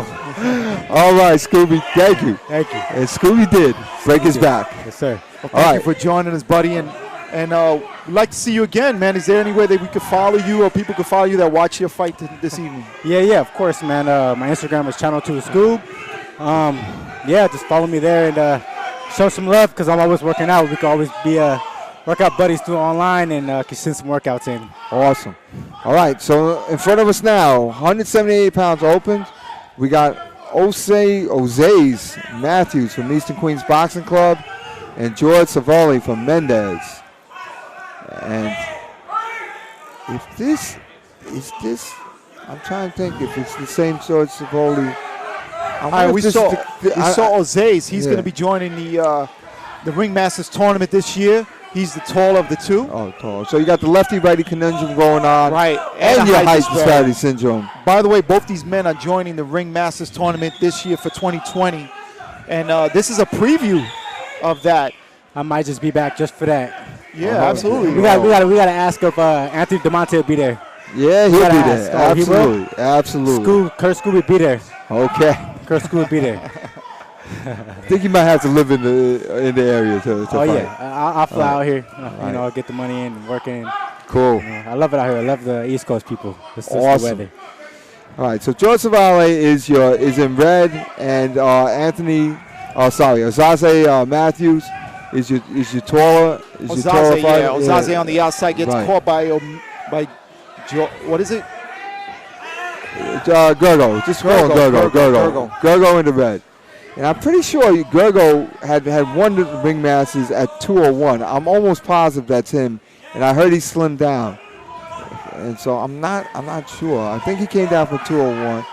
And he's just a haymaker swinging kind of guy from like Hungary or something. Oh yeah, I like think we that. saw him. Yeah. We saw him in Long Island, I believe, right? I definitely believe. And he throws those monster hooks, which I believe I've seen before. All right, and straight punches from Ozaze. Yep. Right. So now with the height disparity syndrome, let's see if Ozaze Matthews can keep Gergo on the outside. And what do you see here, Kurt? Man, I see what it's just holding. You know, tactics of when someone's actually doing really good. Okay. They hold it just to kind of hold the punches. You know. Right. Now this is what I'm saying about you, so you don't go to California and get mad. Yeah. I was saying that you're way too muscular for boxing. And in that, I mean, your hooks are awesome, but to throw your punches, I mean, these biceps will actually hold you back. Nah, You- that's just adjustment. That's what athletes do. They adjust to whatever they got. All right, because we didn't see your jab Yeah, popping. yeah, Like it did. a few times it did, Right. but it's almost like your straight punches can't come out They as will. smoothly. They will. As smoothly. It takes time, and that's all I got is time. Okay, got is time, that's you know? good. That's good. Somebody's got to have time. Yeah, that's all it is. You know, when people have time, a lot of things can happen. Patience. Okay. How long you been boxing for? I just came back off of football. I used to play football, so I used to came back in March and Golden Gloves in California. So Okay. this is But my overall in boxing. I started when I was about 9, Okay. so I had the background, All a right. little bit of it, you know. Okay, that's fine. Yes, sir. Okay. So Gergo is your lurching, shorter guy coming in with wild hooks, and he is letting him go. All right. All right, second round here. Right.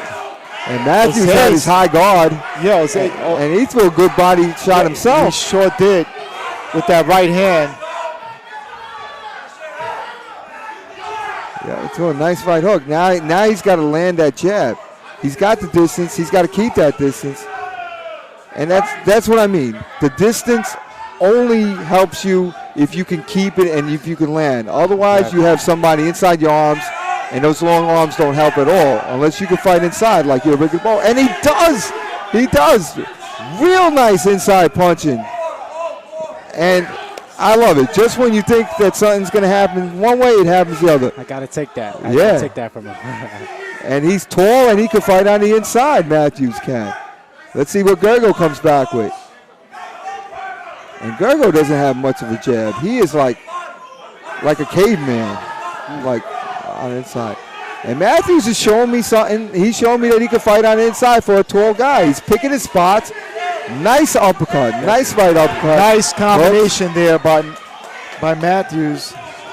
And Matthews, the taller guy, is fighting with some really nice punches. Nice 1-2 by Matthews. Okay.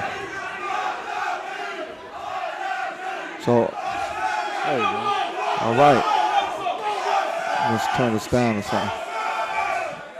Okay. All right. So now let's see if Gergo could keep going on. Oh yeah. There you go. All right. There you go. Now Gergo should feel at home in the inside because he's a hook throwing guy. Now look at Gergo's approach. He doesn't have a jab. He puts both arms up and comes marching in. Not a great strategy, but it seems I can't hear nothing. You turn me off. All right, I'm out of here, guys. I'm talking. All right. Take Thank you for care. having me. Thank you. Gotcha. Thank you. You guys have a good day, all right? You turn me off. Thank you, bro. All right. Am I back? Yeah, no, you're back. I can't hear a thing. You can't hear yourself? Nah.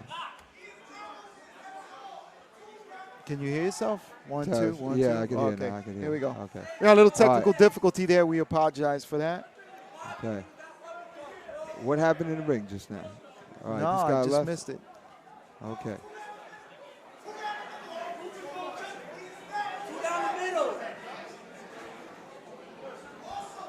All right. Wait. Dr. Sandy is trying to checking.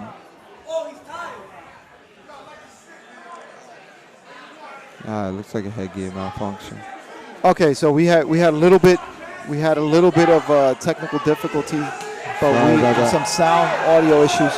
And look at Gergo. Gergo is trying to let go with everything.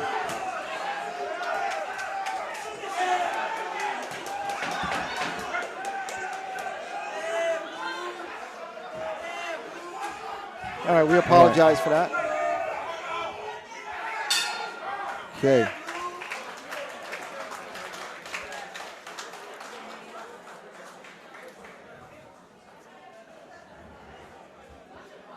I hope you guys can hear. Can you guys hear us? All right. Sound check out there, please. Sound check out there. Somebody text us back if you could hear us. Sorry we had some trouble. And this fight is turning out to be a great inside fight. All right. So this is a quick couple. Okay, they can hear LaRon Rhodey says he can hear us clear. Thank you, LaRon. All right, Appreciate it. Thank you. Miguel Costa says one of you. I think maybe the other not so much. All right, we're still trying to work it out. All right. Well, this should be off, right? All right. Yeah. All right. It's probably when we brought in the third person. All right. Yeah. No, we're good now. Yeah. We're good. I think we're good. Okay. All right. All right. Sometimes these things happen with live streams, but we're back. Okay. And we're back on a good fight. All right. Yep. Okay. This All third right. final round. And look at these two go. Thank you, Alex Juan, for the sound check. All right. And they are throwing hooks and landing. They are both landing. It looked like he missed with an uppercut. Was what's his name? I'm sorry. Gergo? Gergo. Yeah, Gergo's your short guy in red, and Matthews is your tall guy. And slipping those punches, but In gets caught tall. by that left hand by Gergo. Omaze gets caught by Right. that. Nice uppercut by Omaze, by Matthews. Matthews again with the jab, pushing that jab out, gets caught with that left, but returns a left of his own. Now going to the body is Matthews. Great action here in the third and final round. And they're going at it. Absolutely. And it looks like Gergo got tired because Gergo grabbed on instead of punching. When you're holding, you're not punching. That's for sure. Body shot there by Gergo. Gergo digging in with Yeah. that left hand. But Matthews blocked that. Matthews did block that. Big right hand connecting by Gergo. Yep. Pushing the head down of Matthews. And- Getting a warning from the referee. Wow. That left hand coming for the jab. Straight jab again by Matthews. Now in the corner, leaning against the ropes. Now pushing towards the other side of the ropes, and again getting a warning from the ref Right. for So holding. we don't have much down. of a boxing match here. We got to fight, folks. We got to fight. Digging in again to the body, and with an uppercut comes Matthews, but then answering is Gergo. Gergo now again with that left hook. Really tough competitive fight. Oh, yeah, and it's a fight, folks. It's a fight. It's definitely a fight. Going to the body is Gergo. Matthews pushing off the ropes, getting back into the center of the ring. And wow, another overhand right by Gergo. Gergo Right. again scoring with that right And hand. Matthews has stopped punching. I don't see him punching at all. Body shot by Gergo. Now as you say that, Matthews comes in and starts punching, and Gergo answering back with that left hand again, connecting to the head of Matthews. Matthews silently not doing anything right now in the center of the ring, just pushing, but now answering with a couple pity-pat fight punches. But let me tell you something, man. This has been action, and it looks like Gergo wants it more right now. It looks like maybe Absolutely. Matthews tired himself out. His punches not being as effective and as strong as the earlier part of the fight. And wow. And Lot of action. this is a phone booth fight, folks. Absolutely. It's a phone booth fight. Absolutely. Within a 3-foot range. These guys, again, Yeah. now the 10-second Right. warning. Back to the ropes. This is up close and personal. 100%. Wow, what a Great fight. Let me Great tell fight. you, man, I'm sorry. We're sorry. We kind of missed the second round because we had some technical difficulties. But man, what a great fight. You guys didn't miss it, which was good. No, this is not a smoker fight for 100 subs with no videos. If you're asking, this is a amateur boxing here at a Gleason's Right. gym. And that's what Smoker Talk is expanding to. Right. We're trying to cover the amateurs. We're trying to cover smokers. And by the way, we are going to do, down the line, we're going to have some wacky shows. So if you got grudges and you got smoke, hey, Well, yeah. Bring it. We'll put a little fire to that Yeah. and get you in one of these shows. You know? So if you have some coworker and you want to fight Absolutely. them and they want to bring it here on Smoker Talk, we'll put that them you on want one to of have our a shows. smoker with them. Yeah. You know, You want talk to bring to that us. heat. You want to bring that fire. You want to Absolutely. bring that smoke. Yeah. If you got road rage, exchange numbers. Exchange numbers. You mean like We'll Uber, like fight- Uber and Lyft? Uber and Lyft. All right. Fighting over The car fares. passenger or Oh, whatever? my God. They're fighting over rides. They're fighting over GPSs. All right, so let's go up to the ring for the official announcement as we're being silly right now, but let me tell you So something. we expect to bring a lot of this stuff. What a great fight these guys were. And I don't understand what Osaze Matthews is doing. It should be all about footwork and jabs for him. He's got to learn how to fight on the outside and control that distance. In our 13th bout of the evening, we have a split decision. Okay. I'm good with that because Yes. it was a great fight. Boxing out of the red corner. And you know what? The determining round there was the last and final round. Probably. I would say that. If it's a split decision, definitely. Definitely. Yeah, so, definitely Gergo took that one, and I think it was because of that third round. It just seemed like Williams might have, Matthews might have ran out of gas In that third round, yes. in the third round. Right. And does he spar like that? If he's not used to sparring like that. Right. If he's not used to sparring like that, then, you know, he might not be able to handle it. On YouTube, search up Smoker Talk. All right, so we want to remind you that February 6th again is the kickoff, the very first matches of the Ringmasters tournament. You can watch it here on Smoker Talk Boxing, and you can watch it live. Hit that subscribe button, and also hit that bell button, that icon of the bell, so that way you get notified every time we go on live. Right. And we have bigger things coming out. We are going to unveil them as we go on. Right. So that you can keep track of us, and then you can see George and myself in other scenarios. Right. You know, besides just straight boxing.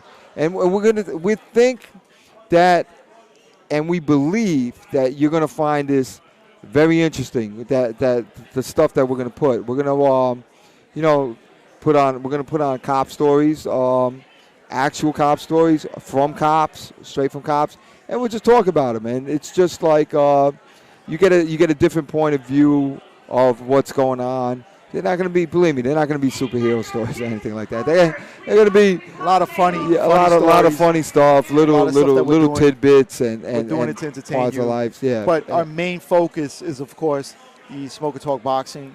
absolutely, and we support these amateurs. And what we're trying to do is we're trying to get a cross section of our population also more into boxing. Believe it or not, the more people that watch this stuff supports all the boxers everywhere. Right. Everywhere, hands down. And by the way, on our shows, we've had professional boxers sit down with us and commentate with us as well. Absolutely. So you Paulie might- Malignaggi's been a guest of definitely. ours. He's been with us a couple of Right. times, and he's always fun to listen to. We had AKA Babyface, Babyface has been with us. and he's- Clarissa Shields. Clarissa Shields, a two-time gold medalist. Yeah. Two-time And- gold and medalist. world And you see her champion now, now, world yeah. champion. Yeah, she has like 4 belts. I think she has like the IBF, WBA, and WBC. I think she has like No, 5 because she five. took my belt because She I took put your it down belt, for a okay. second and she took it. like- She just took it. and what am I gonna say? I ain't gonna tell her nothing. She'll beat your brains Oh out, my boy. goodness, She'll beat your brains out. my goodness. All right, so we're dropping down back to the novice division right now. All right. And I see a Coke machine versus a refrigerator here, George. Oh my gosh. All right, so you got Woodruff from Gleason's gym. Representing the Academy Woodruff. of Boxing, What is it? Nick Tomaselli. And Nick Tomaselli from, this is 165 From D Lion. Yeah, from D Lion Boxing Club, 165 pounds. These are novice boxers.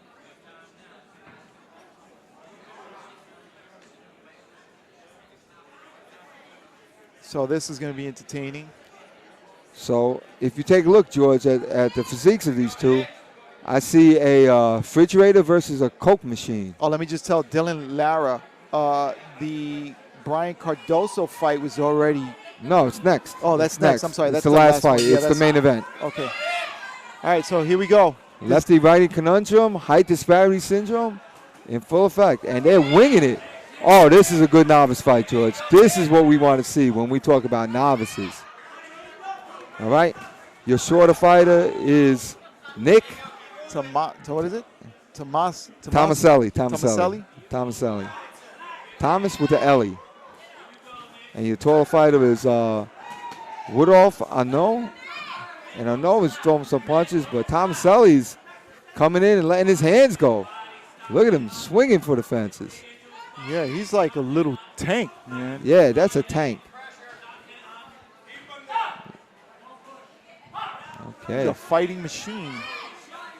Tomaselli is. Throwing his jabs.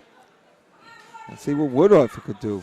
Woodruff threw some punches before, but you know what? I think he's got discouraged a little because he's having trouble hitting Tomaselli. Tomaselli moves good. Yeah, he He's does. got a little herky-jerky side to side going on. You know, he moves. He moves well with his feet. Woodruff's trying to fight him off.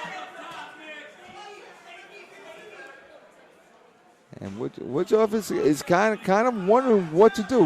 Maybe he never fought a lefty before, or somebody this short, and who brings this herky-jerky motion. There we go. Woodruff's letting But some it's hands working go. for him. Yeah. That motion is working for Oh, it's working for Nick. Yeah. Nick That- Tomaselli's with the what are those? Would we consider those Puerto Rican shorts or American shorts? I don't No, know. I don't know. I think they're just Or red, Cuban white, and blue. because of red. No, I don't think so. No? They're not a flag. I think it's just shorts.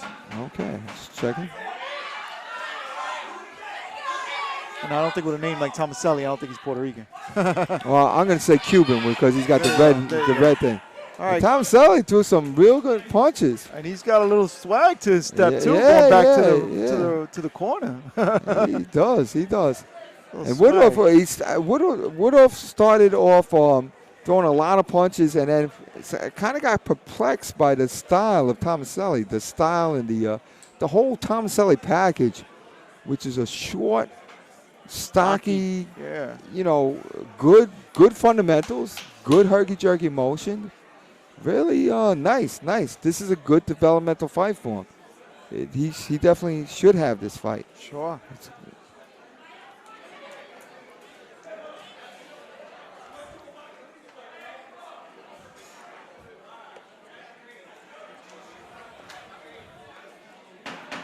All right, so this is I guess this would be considered the co-main event?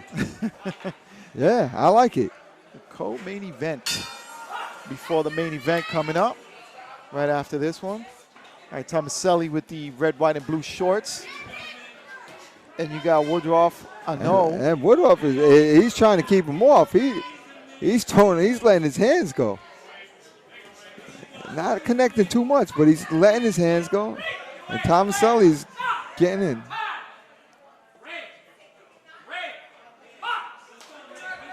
And this is good instructional refereeing by referee Jay Salzman over there, because you gotta have these guys understand the rules. And they're novice. It's good for them to know now. Wow, and I'll tell you what, George, what people do not appreciate on the other side of YouTube is I got a whiff of these two guys coming by, and one of them is ripe. You're horrible. Is ripe. Come on, man. Let me tell you something. They are packing some power in there because they came by and I could smell them. My goodness. A horrible thing. Okay. Who needs deodorant when you're fighting? Oh, My goodness. These two ringing asses. Good right here by Woodruff.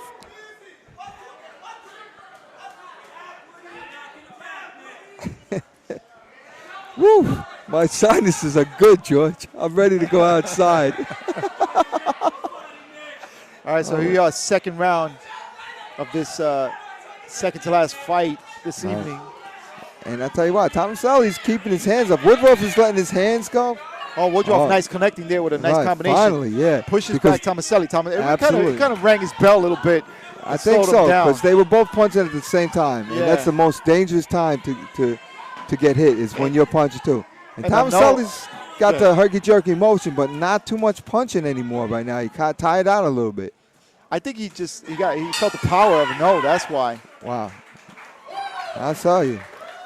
So let's take it to. So the good thing about sitting next to the ring is that we get to see everything close up and personal. Right. So sometimes you get blood, splurted on you. Spit. Spit. Sweat. But the must that's coming from one or two or both of these two Man must. individuals. It's man must. Man must. Man must. I mean, it is tough. I really wish you could appreciate this rather than us. I really wish that you could. Yeah, bro, one of these two guys are kicking. I know you see him punching, but we feel him kicking. Oh, my gosh. That's horrible. Dave, you're horrible. You're horrible. Woo! All right, so this is the last round coming up. I'm going to keep it professional, man. You're horrible. Hey, it might not have been there. This is a gym. Somebody might have walked by behind us. But we got to whip for something. All right, here we go. Third and final round. Okay. Tomaselli. Nick Tomaselli and Woodruff and No. I know. All right. All right. And I know seems a little bit charged up. They both seem a little bit charged up. Well, They're this going. is the third and final round, man. It's all out here. They're going to let it hang out in this third round. And I have it 1-1 for myself. Yeah, I got it 1-1. It's myself as well. Nice combination and an uppercut. I like Woodruff that right uppercut he's trying to throw. Do that from that funny angle, but he got it in. Absolutely. And he's moving too. They both have, for novice fighters, they have great footwork. They're getting angles on each other. And nice right hand connecting, snapping the head back of Tomaselli. Okay. Referee Jason Osman. Tomaselli coming forward. Woodruff against the ropes. Nice right hand. That might be an A count. Rock Tomaselli. And the referee saw something, stops the bout for a minute for an 8 count. Yeah, he definitely got wobbled a little bit on that. And his eyes rolled back a little bit. We saw that right here in front of us. Stiff punches by Woodruff. Another right hand connecting to Tomaselli. But Tomaselli's fighting. He's getting fighting. Punches in too. Fighting. He's working it. He's working it. Look at these guys. They are going. This is what you want from a novice fight. You want these hands going. Let's go for it. Forget the skill. Let's go with heart and the best that I can do. I think they're catching their breath a little bit. A nice lead right hand by Woodruff. Now countering is Tomaselli. Tomaselli getting him now getting caught by right hand by Woodruff. Temporarily stuns Tomaselli once again. And Tomaselli had some good left hands in there, but Woodruff answered. I think Woodruff, obviously to me, and who knows what the word obvious means in amateur boxing, but it looked like he pulled off that last round. You're talking about Tomaselli or Woodruff Woodruff? with all those right hands right. and the 8 count and whatnot, you know. All right, congratulations to both men for sticking it out here for these 3 rounds.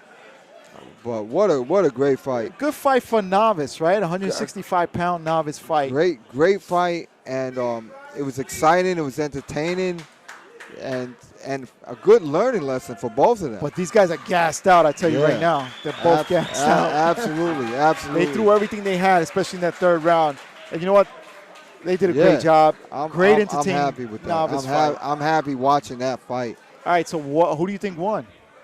I think Woodruff pulled it out. I had it 1-1 going into round 3, and I think Woodruff, I knew, pulled it out. And Justin Black.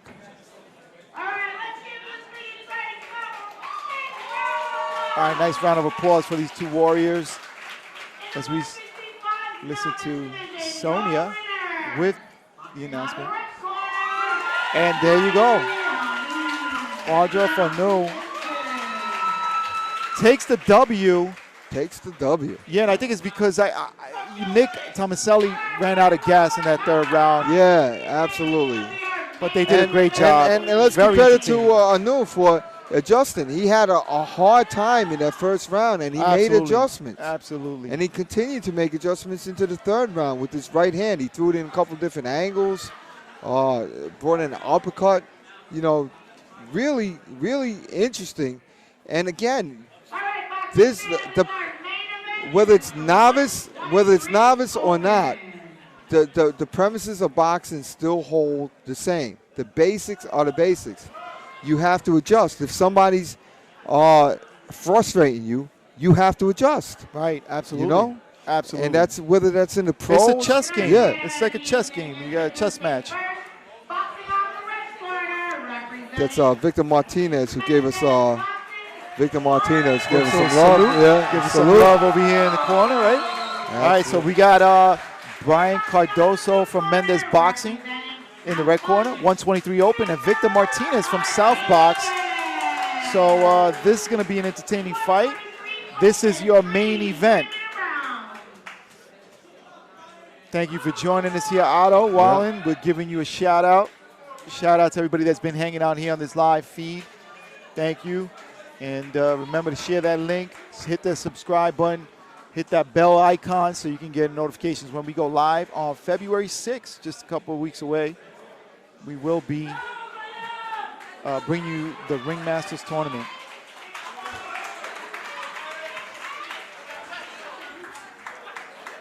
All right, and your referee is Jay Salzman. All right, round number 1. All right. We got the height disparity syndrome yet again. And your tall guy is Brian Cardoso. He's in the red. Your shorter guy is Victor Martinez. We've seen these fighters before, and they've seen each other before. Okay. Let's see. And then Victor Martinez is trying to get his way in with the combinations. Brian Cardoso just moved back out of the way.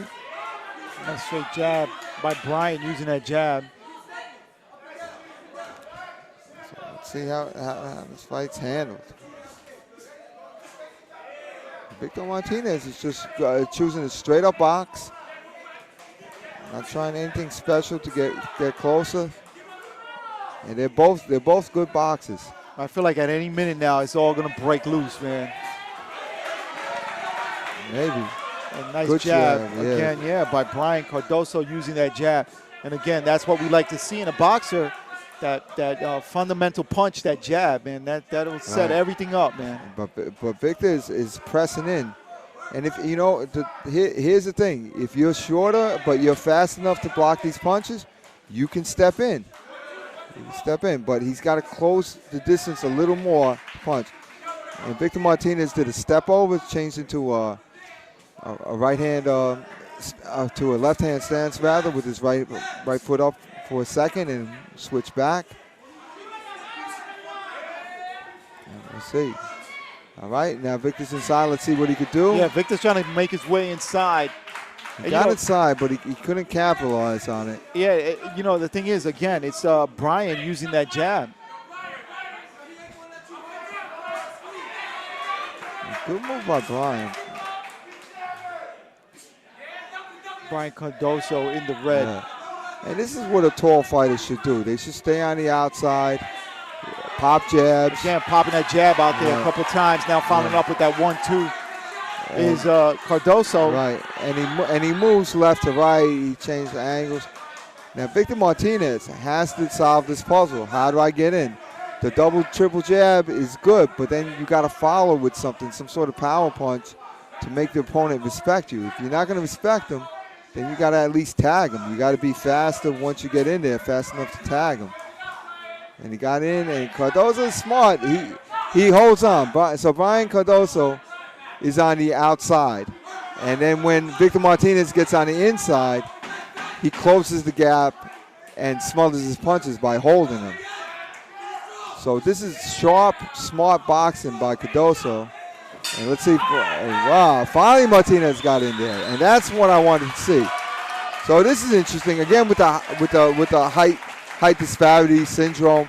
So now you have different aspects of. There's a million different aspects, but in this aspect, you have Victor Martinez and Brian Cardoso. They're both smart. Right. They're both smart. Right. So Victor Martinez, the shorter guy, is trying to get in, but he's also trying not to get smothered. Brian Cardoso is trying to stay on the outside. He's got one little move when you come a little bit closer. He dips left and throws a nice left uppercut, really to the body. Now Victor Martinez has to get in, but not get smothered, because if you get in too far, Cardoso will hold you. Gotcha. So you got to find that right space where you can let your punches go. So that's the puzzle that's trying to be solved right now. I tell you, they're two educated fighters, as you can tell. It seems like a chess match, but I think the advantage here right now is Brian Cardoso with the longer reach and using his jab effectively. Right, and he's got good speed and he's got good footwork. So, see, Cardoso, for me, I wouldn't even care if he has his hands up. Why? Like, why? The guy's nowhere near you. He can't hit you, you know? Yeah, Victor Martinez with the high guard now. All right. Good footwork by Cardoso moving out of the way. All right. Throwing that jab, double and triple jab. Now going to the body is Victor. And you see that move that Cardoso does, right? That left dip with the left uppercut. Is Cardoso's, looks like his favorite move when somebody gets inside. Now, I don't understand that. Victor, you work that hard to get in. Victor Martinez Do something did. in there when you're in there, right? Right. Don't grab the guy. He's got a hit. Maybe he just doesn't know how to fight on the inside. Maybe he's having that little difficulty of fighting in there. No, I think he can fight on the inside. I don't think he just feels comfortable, or maybe he's nervous about something. I'm not sure, but nice body shot there by Cardoso, but being returned by Victor Martinez. Now popping that jab is Cardoso. Slipping out of that jab of Martinez is Cardoso. Cardoso now setting up again. Martinez right. moving forward, trying to go to the body. Cardoso again popping that jab out. right. And this is where the height disparity syndrome works. Double jab by Cardoso. Moving forward again is Victor. I tell you, Victor looks like he's using that. He's popping a jab, but he's not really. There's nothing behind He's tentative. He's tentative Yes, with it. something must have happened that he's not throwing it. It's like he's afraid to step in. He's got good moves. He slipped those punches, though. He's got to hit. You know, he's fast enough. He's got to let his hands go. There's nothing else that you can say besides he's got to let his hands go. Victor does. And see, why is he holding? Why? Yeah. Why? Yeah, that Why? made no sense. You were inside. You should have went to town. Nice double jab there by Cardoso. Cardoso moving well, bouncing on his feet. Feeling really good. You can tell he's real comfortable right now. Absolutely. And Cardoso is doing a little trick that's especially good for tall guys. Cardoso is like leaning forward a little bit, but he's always ready to pull his head back. So it looks like he's in range, but if you throw a punch, he will pull his head back and then try to pop you as you lean forward. Nice body work now by Victor. And just as he's working, the referee tells him they're too low to bring up his punches. He's screaming. The referee's screaming. Yeah, I didn't think those were low at all.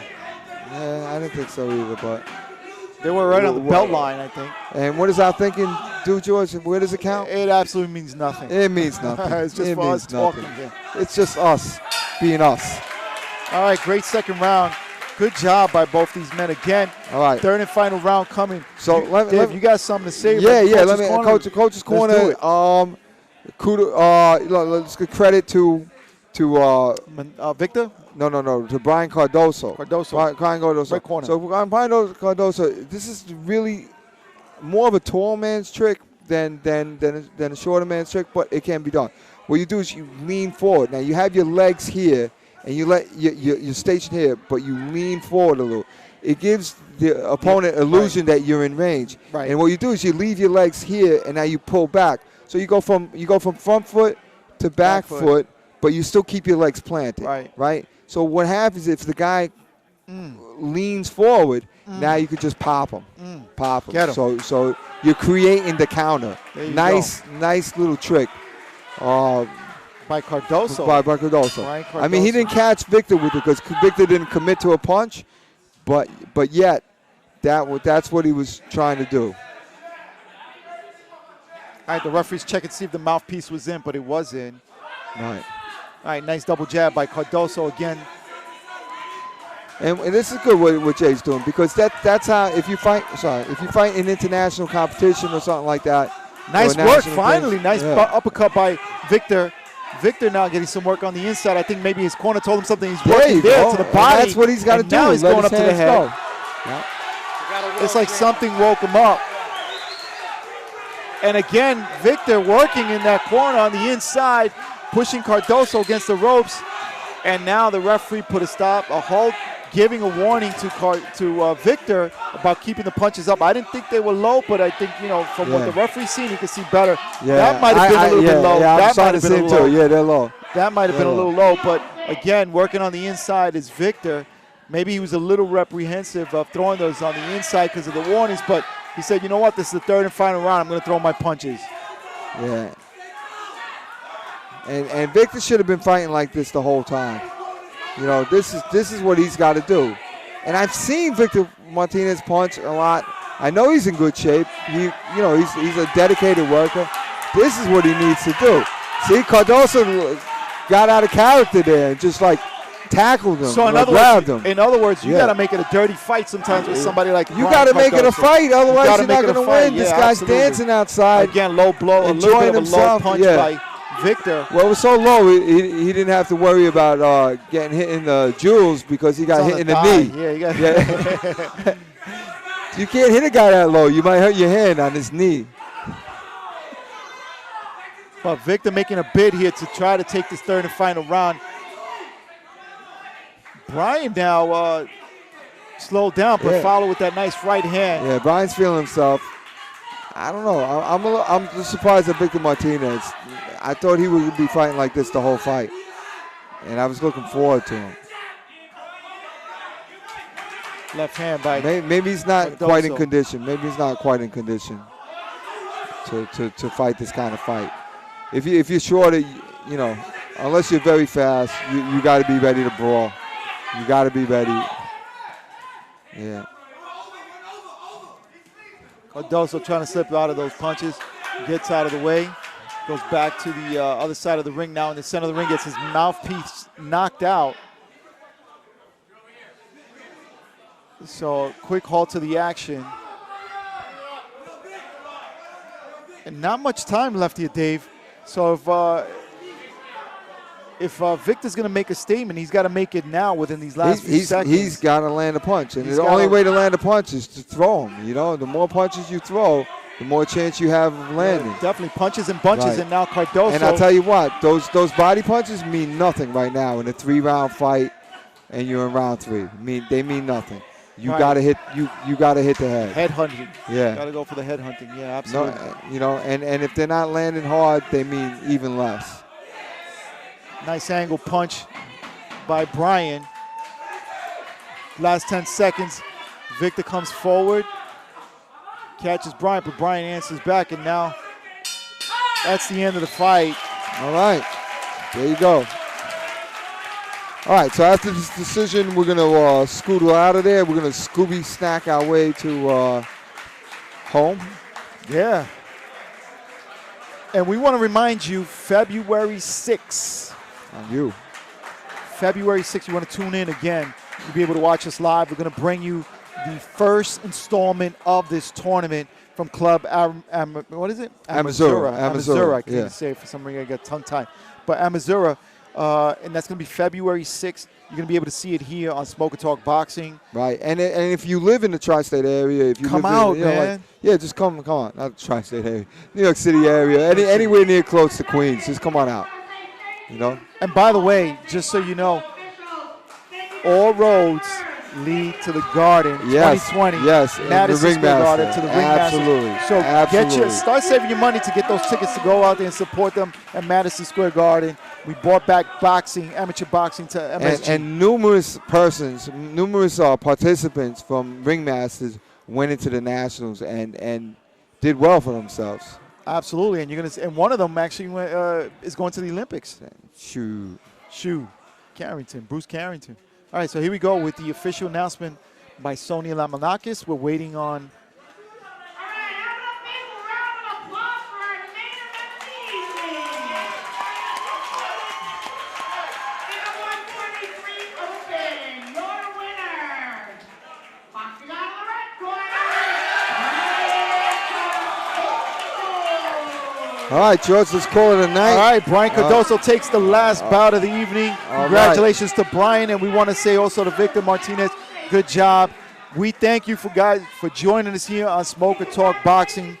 We want to wish you guys a great evening. Remember, February 6th, hit that subscribe button and hit that bell button, the icon, so you can get a notification when we go live. So that's it for George Zayas and Dave Sieve. This is Smoke and Talk Boxing. We'll see you. Have a good night. Bye-bye now.